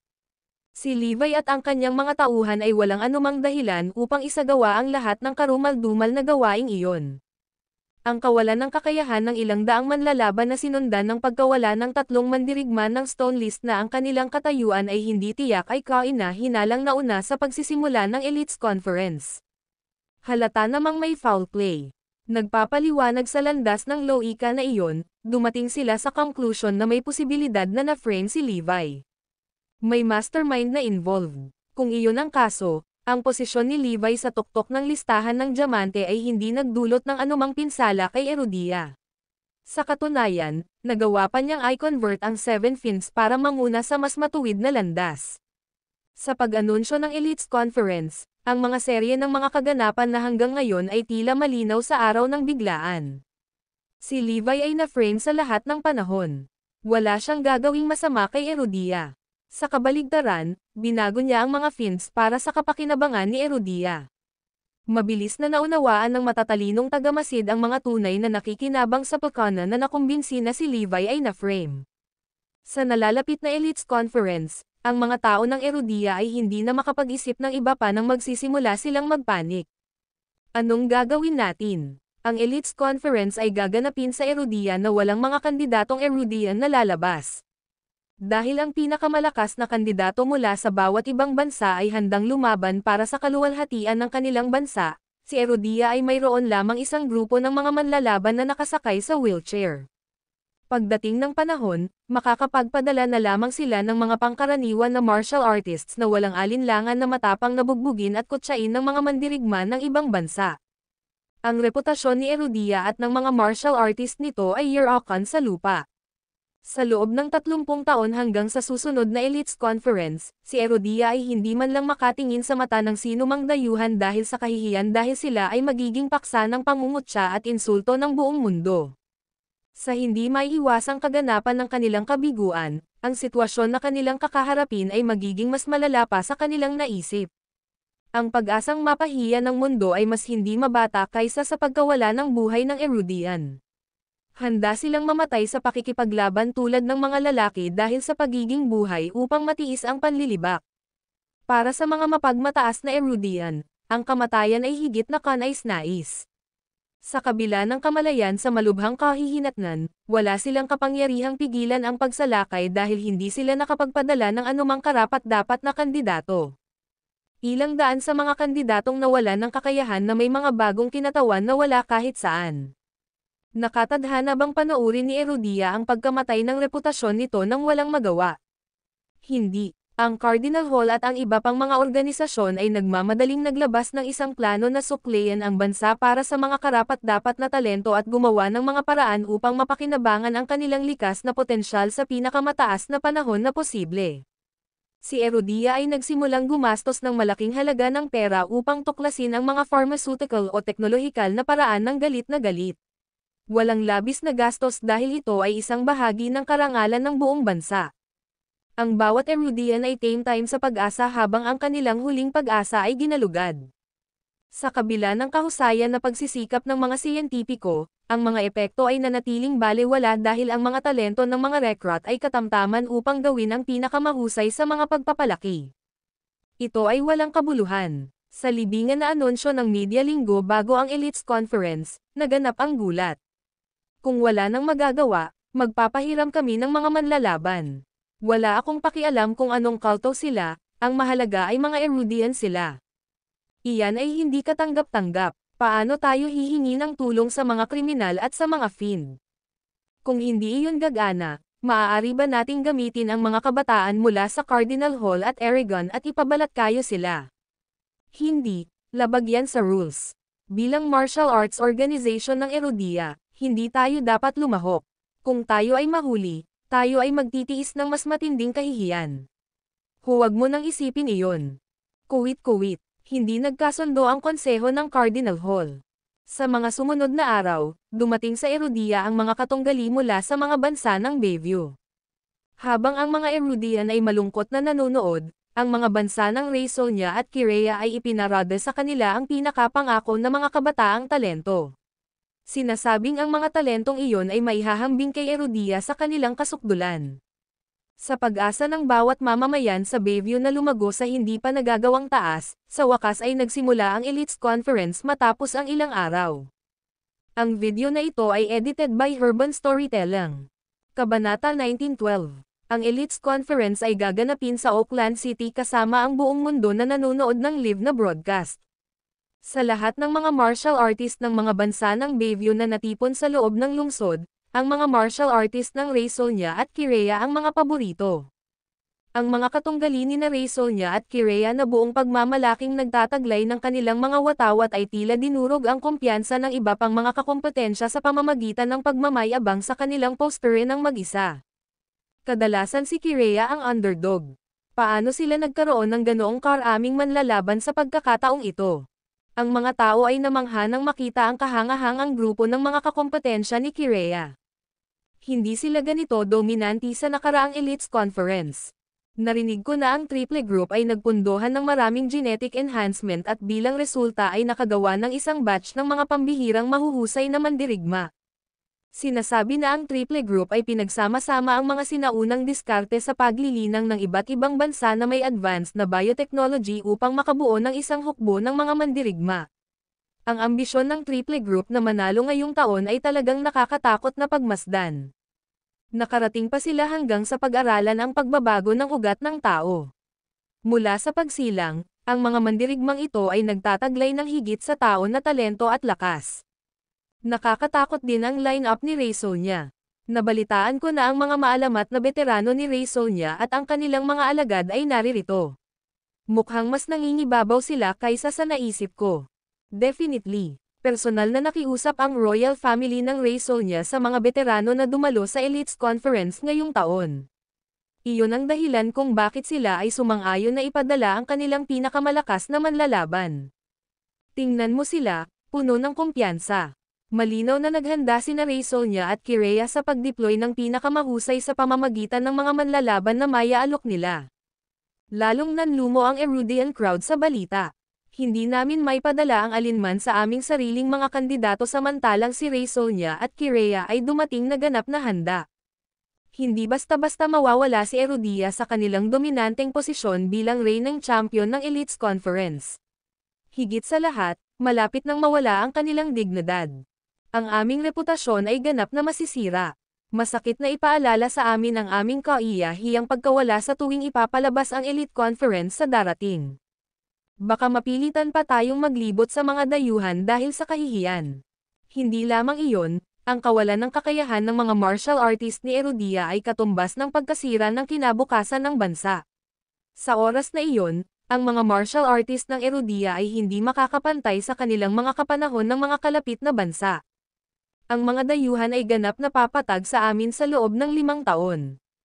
Ang lahat ng mga Erudian sa stadium ay pinabagsak ng maagang pagkatalo.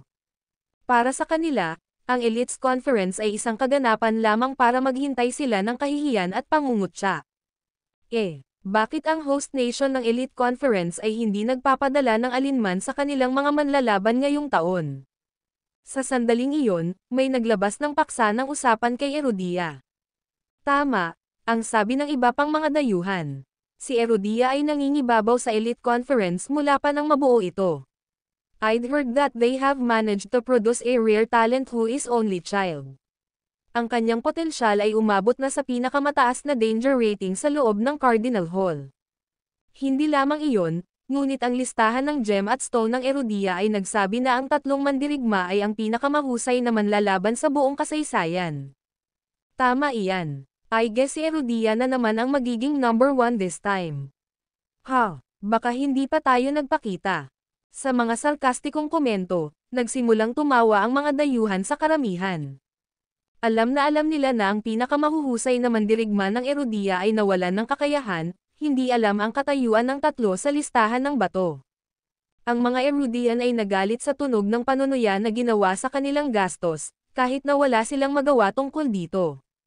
Pinag-uusapan tayo ng mga dayuhan para sirain ang ating pag-asa bago pa man magsisimula ang kompetisyon. Being the hosts, of course, they would unveil their champions at the very end. Maghintay at tingnan natin. Sa pangamba ng mga Erudian, nagsimula ang Elites Conference kalaunan. Ang mga kalahok ay pinagbukod-bukod sa mga grupo ng random at sinabihan na gumuhit ng palabunutan upang matukoy ang kanilang mga kalaban. Lahat ng mga kalahok ay naroon, maliban sa mga kakompetensya ng Erudian.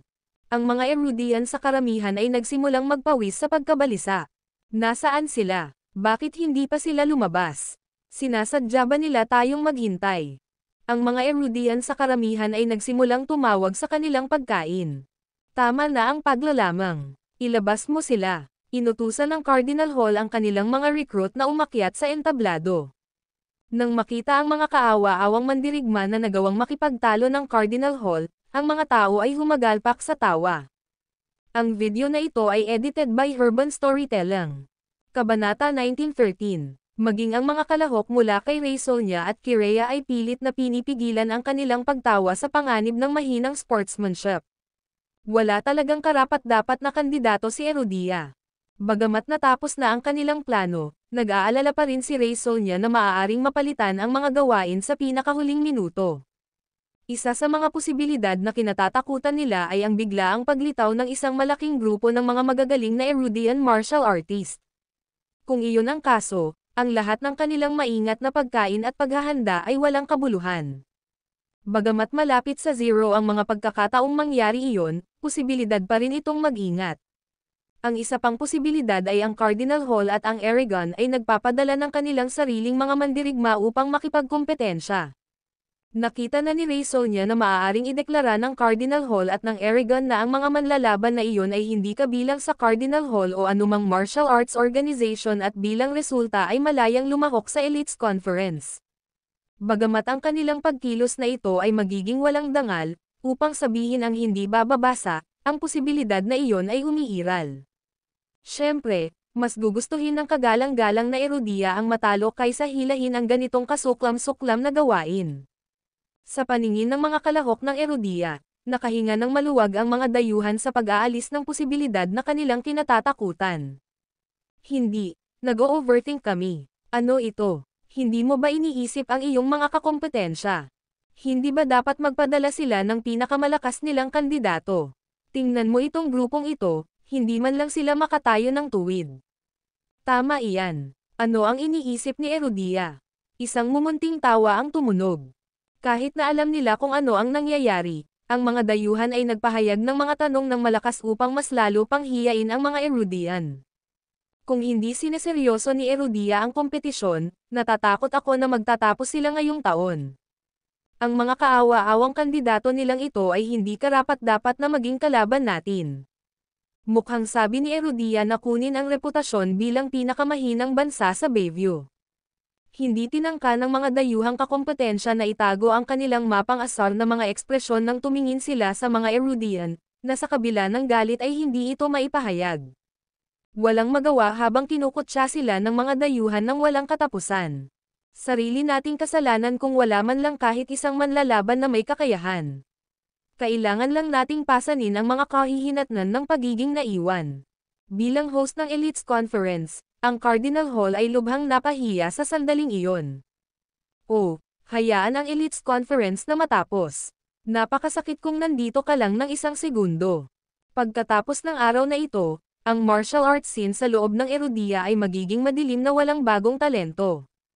Ang bawat bansa ay pumili ng 100 sa kanilang pinakamahusay na mga manlalaban upang lumahok sa Elites Conference ngayong taon.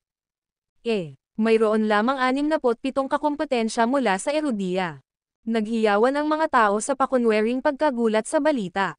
Ang mga kinatawan ng Cardinal Hall at ang mga Erudian sa karamihan ay nakaramdam ng sobrang kahihiyan na hindi nila alam kung saan titingin. Nakakahiya. Pagkatapos ng mga buwan ng recruitment, 67 manlalaban ang kailangan nilang ipakita para dito. Kahit na ang karaniwang mga mandirigma na may kakayahang makipagkompetensya ay wala kahit saan. Ito ay lubhang nakakahiya para sa mga Erudian. Sa pagkakataong iyon ay muling tumunog ang tawa. Si Erodia ay maawain sa atin ngayong taon. Tama iyan. Napakaraming mahuhusay na manlalaban si Erodia to the point na pakiramdam nila ay magiging unfair ito sa atin. Kahit ang grupong ito na walang ingat nilang pinagsama-sama ay dudurog sa atin. Erodia, nakikiusap kami na huwag kang magmadali sa amin. Magkaroon tayo ng patas na laban. Muling tumunog ang mapanoksong tawa, sa pagkakataong ito ay mas malakas pa kaysa dati. Natuwa ang buong mundo na ipagdiwang ang pagbagsak ni Erodia. Ang mga Erodian ay lubusang na-demoralize bago pa man nagsimula ang Elites Conference. Magtitiis pa sila ng higit pang kahihiyan kaysa doon sa kanilang mga katamtaman na mandirigma ay tinamaan. Lahat ng Erodia ay naikuyong sa kanilang mga kamao sa galit dahil sa kung ano ay sobra na para sa kanilang tahimik. Kung walang buong, magsisimula na ang Elites Conference. Wala kaming tutol. Hindi rin tayo. May masaklap ba si Erodia? Nakatutok ang sibat sa gilid ng mga Erodian competitor at lahat ng tao sa karamihan ay sumilip. Hindi kami, ungol ng isa na nangunguna sa mga kakompetensya ng Erodian na nag-aatubili. Kung walang maraming beses, ang pahayag ng host, magsimula na ang mga laro. Biglang ibang boses ang umalangaw-ngaw. Tutol ako. Tumayo ang isang miyembro ng partidong Raison niya. Siya ay Northrom Silencus, isa sa mga nangungunang mandirigma ng Raison niya. Pakiramdam ko ay masyadong mahina ang mga Erodian na ito. Wala na ba silang ibang kandidato maliban sa kaawa-awang grupong ito? Paano kung tuluyan na nating alisin ang mga ito sa Elites Conference? Ang video na ito ay edited by Urban Storytelling. Kabanata 1914. Ang pagbabasa ni Northrom ay nagsimula ng isang ripple ng murmurs habang ang bawat mata sa stadium ay nakatutok sa kanya. Dati, ang mga tao ay nanlilibak at nanguuyam ng hindi inaasahan na sinuman, lalo na sa lahat ng Northrom, ang magiging tahasan sa pagsasalita sa kanyang paghamak sa mga Erodian. Tinitigan ni Northrom ang mga kakompetensya ng Erodian at tumawa ng panunuya. Kaya kung patayin kayong lahat ng hindi man lang pinagpapawisan. Kung hindi ka makapagpadala ng sinumang karapat-dapat, gawin lamang ang iyong sarili ng pabor at umatras mula sa kompetisyon. Bakit ginagawang mahirap ang mga bagay para sa lahat? Ang iba ay nagsi-chime in, lumakas ang loob sa sinabi ni Northrom. Huwag mo nang ipahiya ang iyong sarili sa pamamagitan ng pagpapadala ng mga subpar competitor tulad nila. Hindi sila karapat-dapat na makipagkompetensya sa atin. Tama iyan. Hinihimok namin si Erodia na umalis sa Elites Conference. Hindi sila karapat-dapat. Tama iyan. Hiniling ni Kirea na umatras sila sa kompetisyon. May point siya. Ang mga kakompetensya ng ibang bansa ay nagpahayag ng kanilang nagkakaisang hangarin sa isa't isa na ikinagulat ng lahat ng mga Erodian sa stadium. Noong una ay naisip nila na sila ay mapapahiya sa pamamagitan ng pagbagsak sa kanilang mga kinatawan kapag nagsimula ang kompetisyon, na hindi inaasahan na magtiis ng higit na kahihiyan ng hindi man lang payagan ang pagkakataong makipagkompetensya. Ang mga dayuhang ito ay naninindigan na pilitin tayong ganap na palabas sa kompetisyon. Hindi iyon inaasahan ng mga Erodian. Ano ang nararamdaman ng Cardinal Hall of Erodia tungkol dito? Tingnan ang mga kandidato na iyong iniaalok. Nakakaawa silang lahat. Kung hahayaan silang makipagkompetensya, sila ay bugbugin at kutsain. Sa halip na palampasin sila sa pagdurusa, bakit hindi mo sila lubusang iligtas? Kahit papaano ay hindi maaalala si Erodia bilang ang bansang nabugbog ng husto. Tama iyan. Wala bang kahihiyan kayong mga Erodian? Baka hindi ka makikipagkompetensya. Nagsimula muli ang panunuya mula sa karamihan habang ang mga tawanan ay sumabog mula sa lahat ng panig hanggang sa galit ng mga Erodian. Ang galit ay higit na naramdaman ng mga nahalal na makipagkompetensya sa pinakahuling minuto. Hindi kami natatakot sa sinuman. Sigaw nila, nakakuyom ang kanilang mga kamao habang namumula ang kanilang mga mukha sa galit. Hindi kami papayag na insultuhan mo kami. Tama iyan. Walang sino man ang pinapayagang manginsulto sa atin. Tinitigan sila ni Northrom ng may disgusto. Kumbaga kayo, sabay lapit sa akin. Dahil hindi pa nagsisimula ang kompetisyon, gagamitin kita bilang pampainit. Ikaw ang humihingi nito. Ang matapang na pahayag ni Northrom ay labis na ikinagalit ng mga Erodian na katunggali. Sila ay gumawa ng isang sugod papunta sa mayabang na naghahaman. Isa-isa nilang inilabas ang lahat ng kanilang nalalaman. Dahil sa kanilang galit, ang kanilang mga kakayahan sa militar ay lubos na pinahusay. Sa kasamaang palad, ang agwat sa pagitan ng kanilang kakayahan at ng Northrop ay malawak. Totoo sa kanyang pahayag, ang Northrop ay higit pa sa isang laban-laban sa lahat ng pinagsama-samang kakompetensya ng Erudian. Pumalakpak, pumalakpak, pumalakpak, isa-isang pinalipad ang mga Erudian. Sa loob ng ilang minuto, ang 67 Erudian na kakompetensya ay naiwang nagkalat sa buong lupa na namimilipit sa sakit.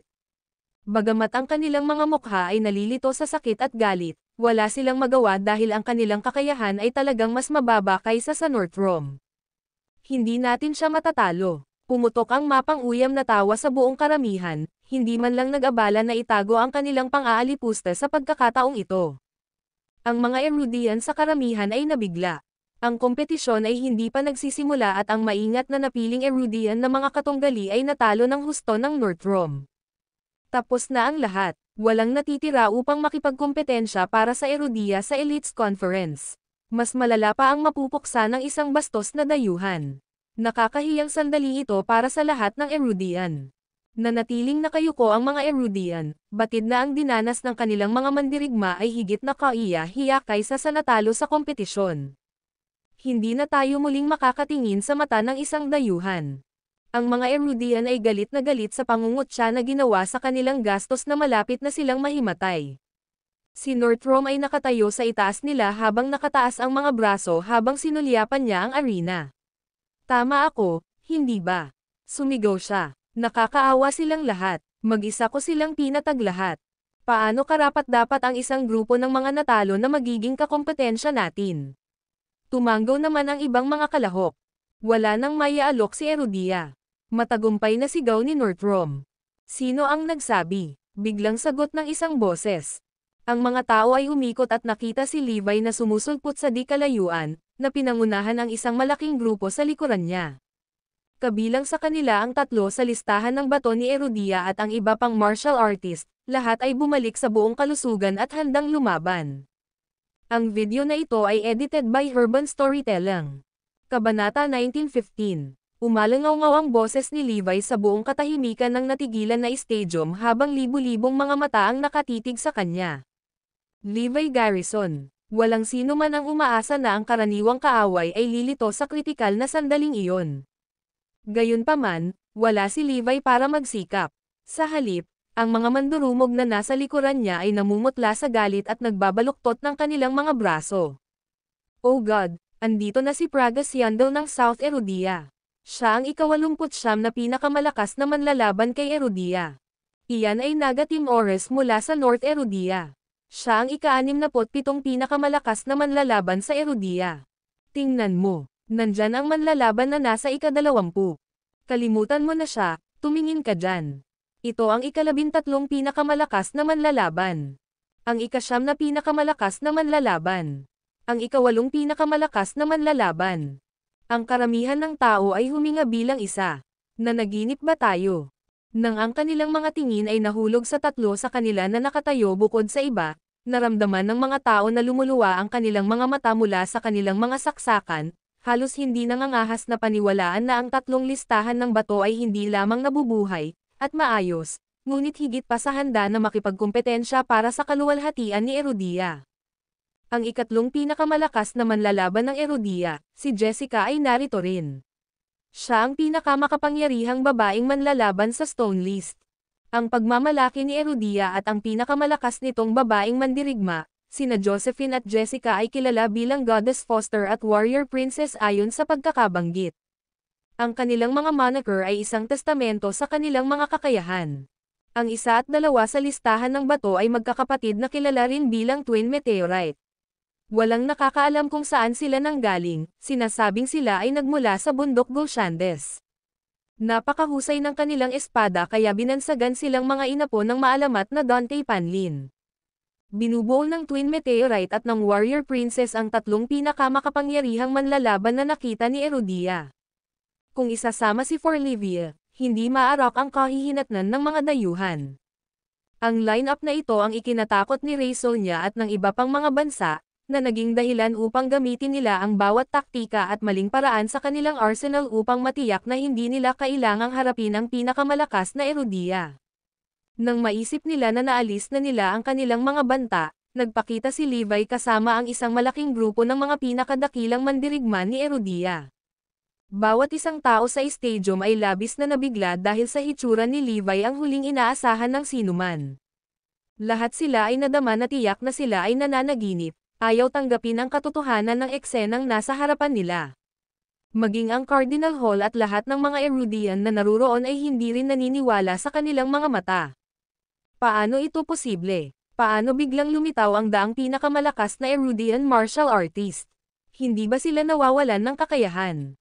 Sa kanilang mga martial veins na nawasak, hindi lamang sila ay hindi kaya ng pagsasanay ngunit ang kanilang mga kakayahan sa motor ay nababawasan din sa mas mababa kaysa sa isang karaniwang peddler. Paano sila nakarating dito? Tulad ng para sa tatlong listahan ng bato, sila ay nasa harapan ng buong stadium sa laman sa kabila ng pag-uusig at sapilitang ipinatapon ilang buwan lamang ang nakalipas. Hinanap sila ng Cardinal Hall sa malayo at hindi nagtagumpay. Kahit papaano, nagpakita sila ng hindi inaasahan sa kanila.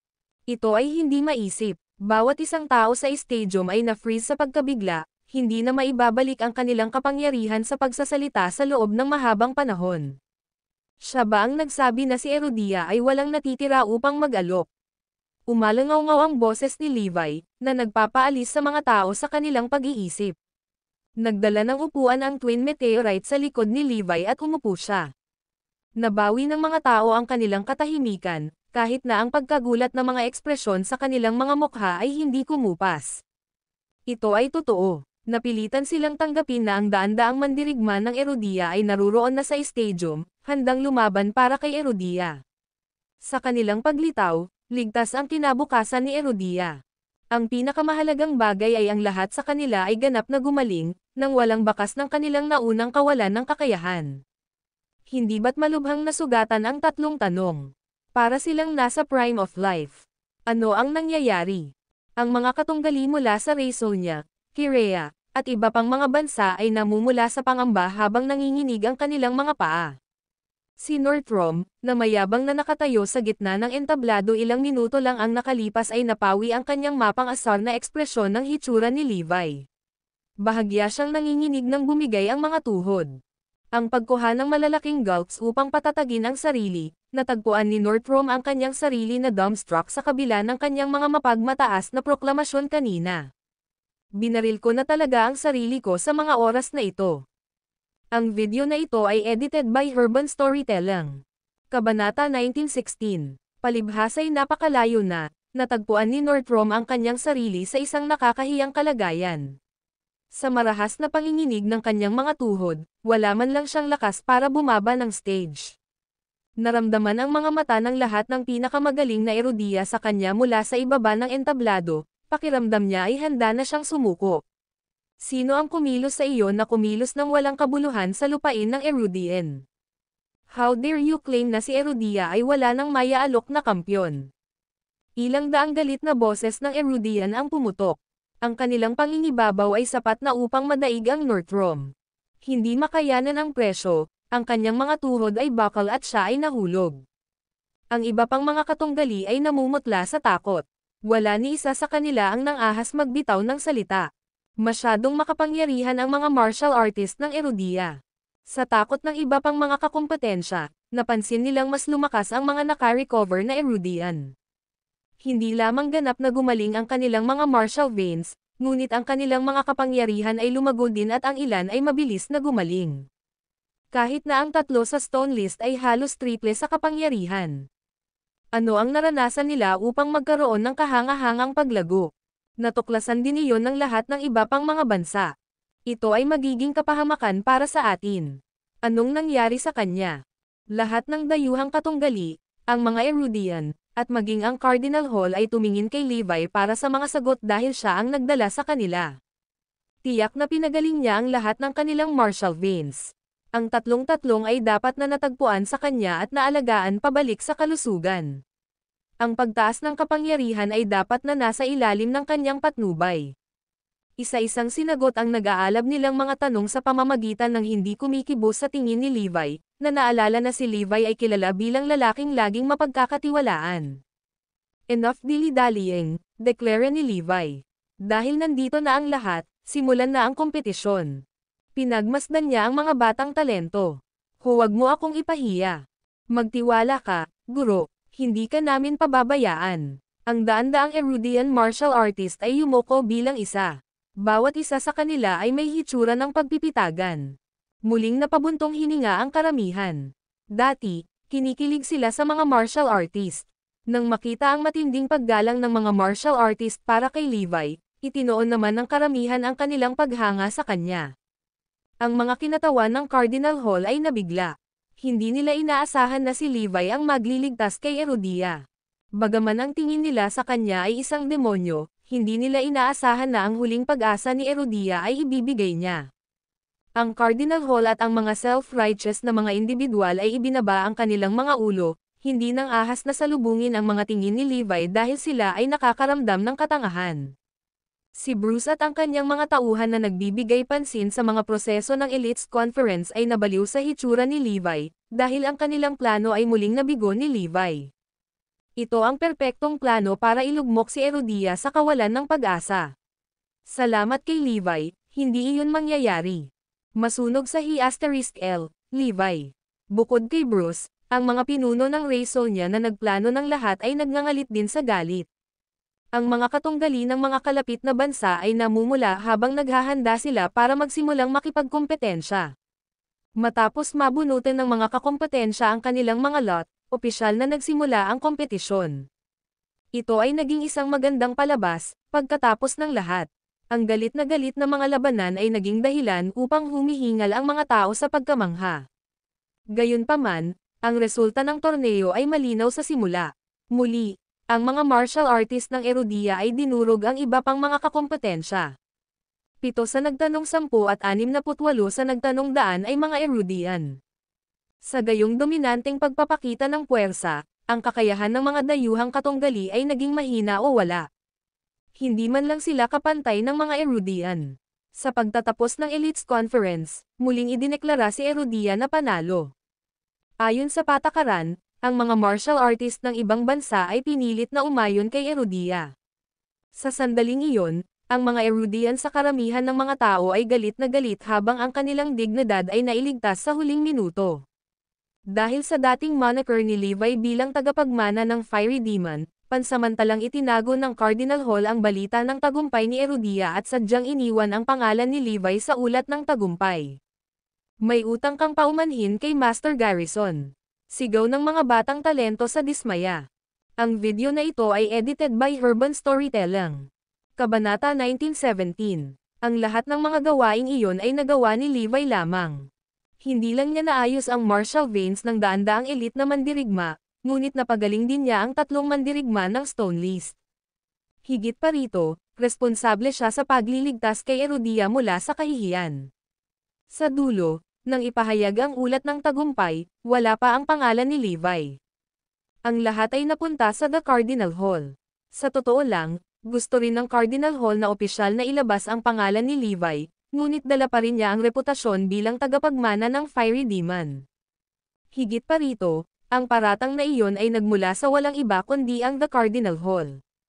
Kung ipahayag nila ang tagumpay ni Levi, ang Cardinal Hall ay magmumukhang tanga.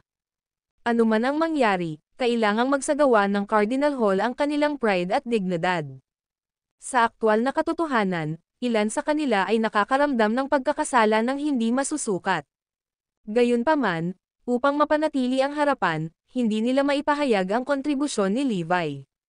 Gayunpaman, walang pakialam si Levi sa buong pangyayari. Pagkatapos ng lahat, ito ay normal para sa pinakamaimpluwensyang organisasyon ng martial arts na nais na mapanatili ang reputasyon nito. Kasabay nito, gusto ni Levi na maging mababang profile. Wala na siyang hiling pa na gulo pa. Mahirap patahimikin ang daan-daang kabataang talento. Nitong mga nakaraang panahon, itinuring nila si Levi bilang guro. Si Levi ang nagbigay sa kanila ng panibagong pag-asa. Katulad lang sila ni Floyd noon. Tapos na ang lahat, ngunit si Levi ay muling naging banta sa mata ng iba pang malalaking puwersa. Ngayon, naiintindihan ba ninyo lahat kung gaano katikat si Levi? Sabi ni Bruce sa video conference. Lahat ng mga pinuno ng Raysonia ay mukhang malungkot. Ang detalyadong mga plano ay lubos na nasira. Hindi lamang nila nabigo na maalis si Levi, ngunit sa wakas ay umani siya ng suporta ng mga Finns at naging mas malakas kaysa dati. Kailangang mamatay si Levi. Kinasusuklaman ng lahat si Levi, at kasama na rin si Bruce. Kung ikukumpara sa mga lalaking iyon mula kay Raysonia, mas marami siyang mawawala. Kailangan nating magtulungan at tumutok lamang sa isang bagay. At iyon ay para mawala si Levi. Muli, hiniling ni Bruce ang kanilang kooperasyon. Sige, pumayag kami. Sa paghusga sa hitsura ng kasalukuyang sitwasyon, walang mas mahalaga kaysa sa pagtanggal kay Levi. Oo, this time around, kami na mismo ang gagawa. Hindi tayo makakaasa sa iba para patayin siya. Mungkahi ni Bruce. Naiintindihan. Susundin namin ang iyong mga tagubilin. Kung tayo mismo ang gagawa nito, mas malamang na magkamali ang mga bagay. Muling nakipagkasundo ang dalawang panig. Sa pagkakataong ito, determinado ang magkabilang panig na gawin ang lahat para matapos si Levi. Nang ang mga puwersa ng Raysonia ay nagbabalak laban kay Levi, parehong binabantayan sila ni Levi at The Cardinal Hall. Bagamat hindi ito sinabi ng The Cardinal Hall ng malakas, naniniwala sila na na-frame si Levi. Pagkatapos ng maraming pagsusuri at paghahanap ng ebidensya, hindi nagtagal ay alam nilang may tao sa likod ng lahat ng ito. Lalo na noong Elites Conference, talagang ipinakita nito ang kapangyarihan ni Raysonia.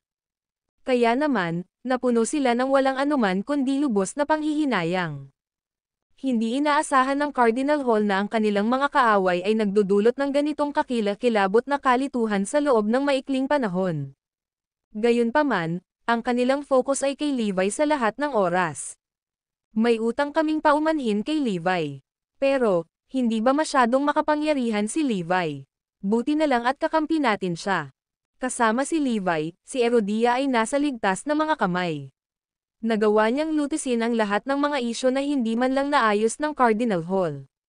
Ang lahat ng papuri na iyon ay walang kabuluhan kay Levi. Sa katunayan, hindi siya mapakali. May iba pa siyang dapat harapin.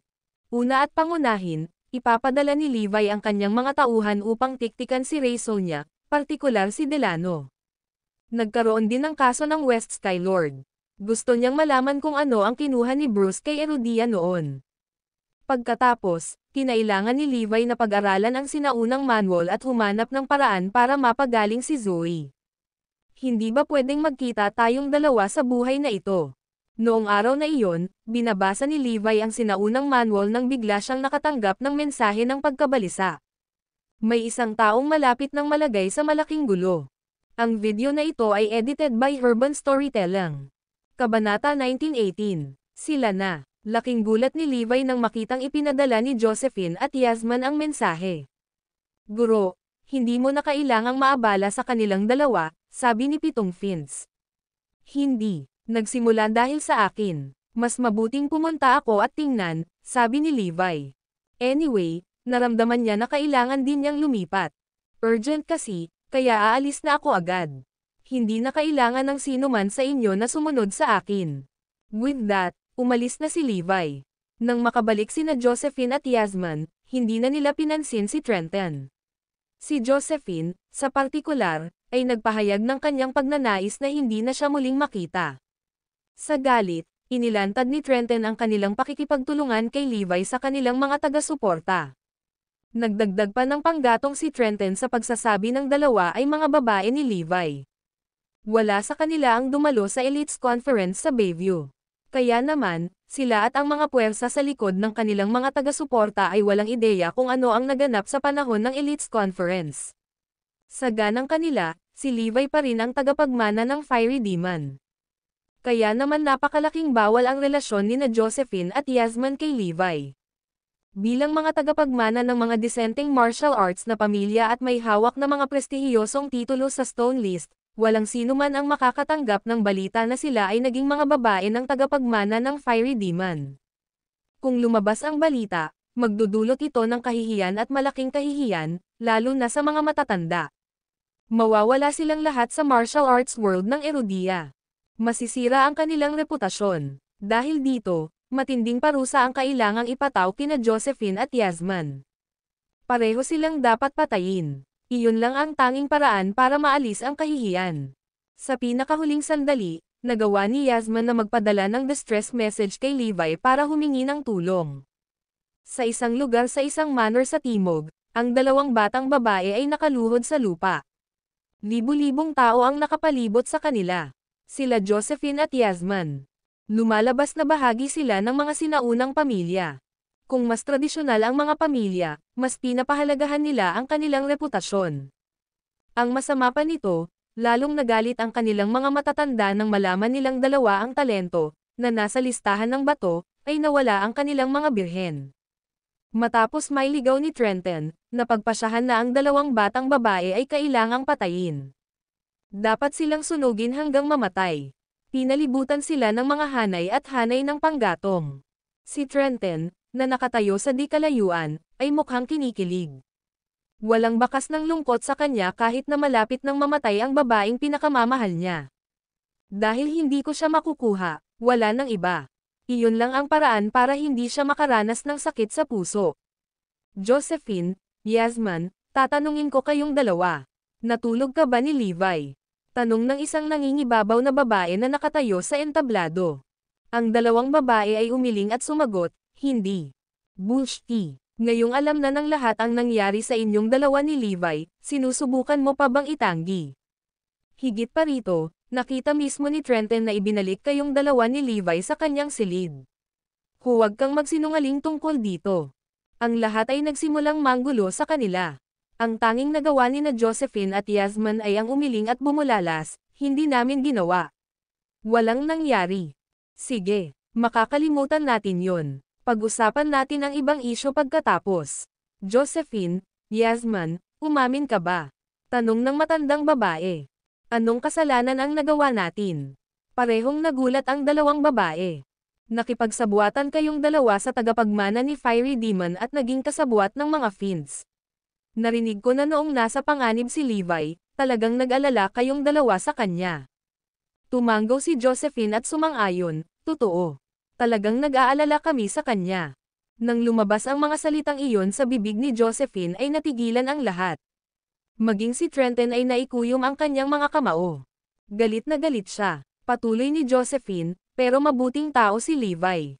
Hindi siya ang tagapagmana ni Fiery Demon. He. Sinubukan ni na Josephine at Yasman na ipaliwanag sa lahat ang Levi na kilala nila. Ito ay kabalbalan. Hindi ako makapaniwala na pilit pa rin siyang ipagtanggol niyong dalawa sa panahong ganito. Sunugin sila. Ang video na ito ay edited by Urban Storytelling. Kabanata 1919. Sige na. Hindi kami nagkamali, at hindi namin tatanggapin ang mga maling akusasyon. Sunugin mo kami kung kailangan mo. Kung gaano sila nag-away, lalo nilang ikinagalit ang iba. Sila ay mga alagad sa marangal na mga angkan, ngunit lahat sila ay nagsisikap upang ipagtanggol ang isang kasuklam-suklam na nilalang. Paano kaya hindi tayo magagalit sa kanila? Bibigyan ka namin ng huling pagkakataon. Inaamin mo bang mali ka? Umuungal sa galit na komunidad. Itinaas ni Josephine ang kanyang ulo at sinigawan ang mga tao, hindi ako kailanman nakagawa ng anumang kasalanan. Tama iyan. Lahat kayo ay niloko. Hindi maaaring si Levi Garrison ang tagapagmana ng Fiery Demon. Hindi kami makakaligtas kung siya nga, chimed in Yasman. Ganyan kabastusan. Wala nang patutunguhan ang pakikipag-usap sa kanila. Sunugin sila. Utos ng pinuno. May nagsunog kaagad ng apoy pagkatapos. Boom! Agad na umikot ang usok pataas. Sila ay na-brainwash at na-asimilasyon kay Levi Garrison. Tanging ang apoy lamang ang makapaglilinis ng kanilang mga kasalanan ngayon, bulong ni Trenton. Sigurado akong mas makasalanan ang pag-uugali ninyo, sabi ng isang tao mula sa malayo. Whoosh! Habang nagsasalita siya, isang bugzo ng malakas na hangin ang humampas at aktwal na napatay ang napakalaking apoy. Isang figure ang dahan-daang bumaba mula sa kalayuan. Levi Garrison. Ecstasy ang suot ni Josephine at Yasman sa mukha nang makita nila si Levi doon. Sa totoo lang, tuwang-tuwa sila na halos mapasigaw sila ng malakas. Isang pahiwatig ng paghanga ang nag-alab din sa kanilang mga puso.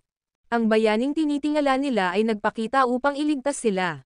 Ano? Si Levi Garrison yun. Ang pagbanggit lamang ng kanyang pangalan ay sapat na upang magtanim ng takot at magpanik ang lahat kaya naging magulo ang lugar.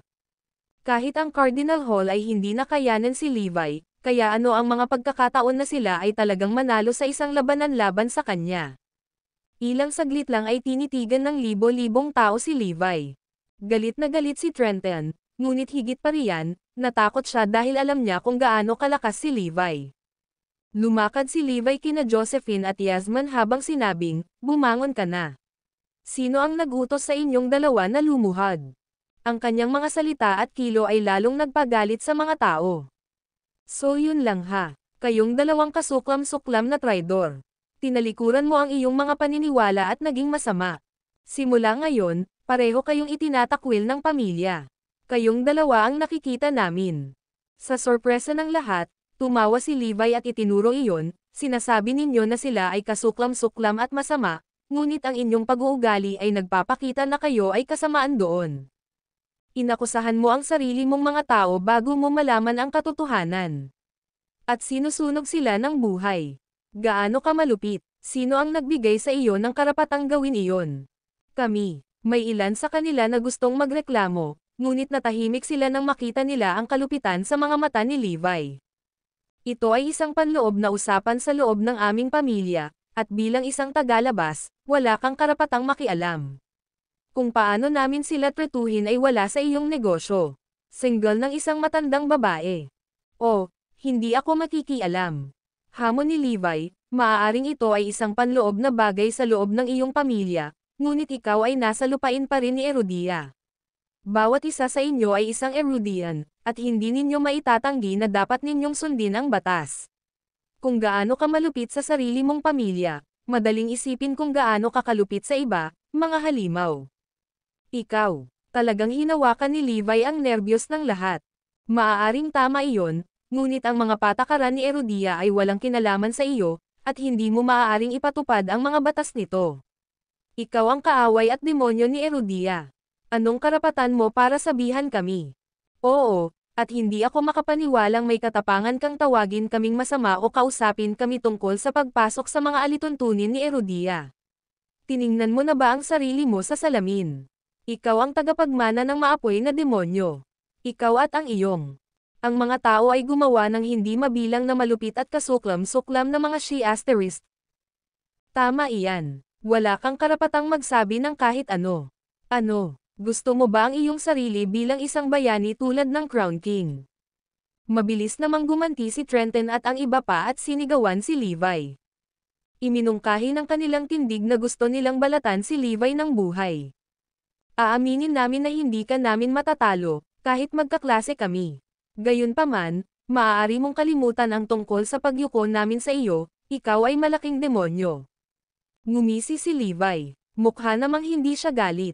Si Josephine at Yasmin naman ay kinakabahan. Gusto nilang ipagtanggol si Levi.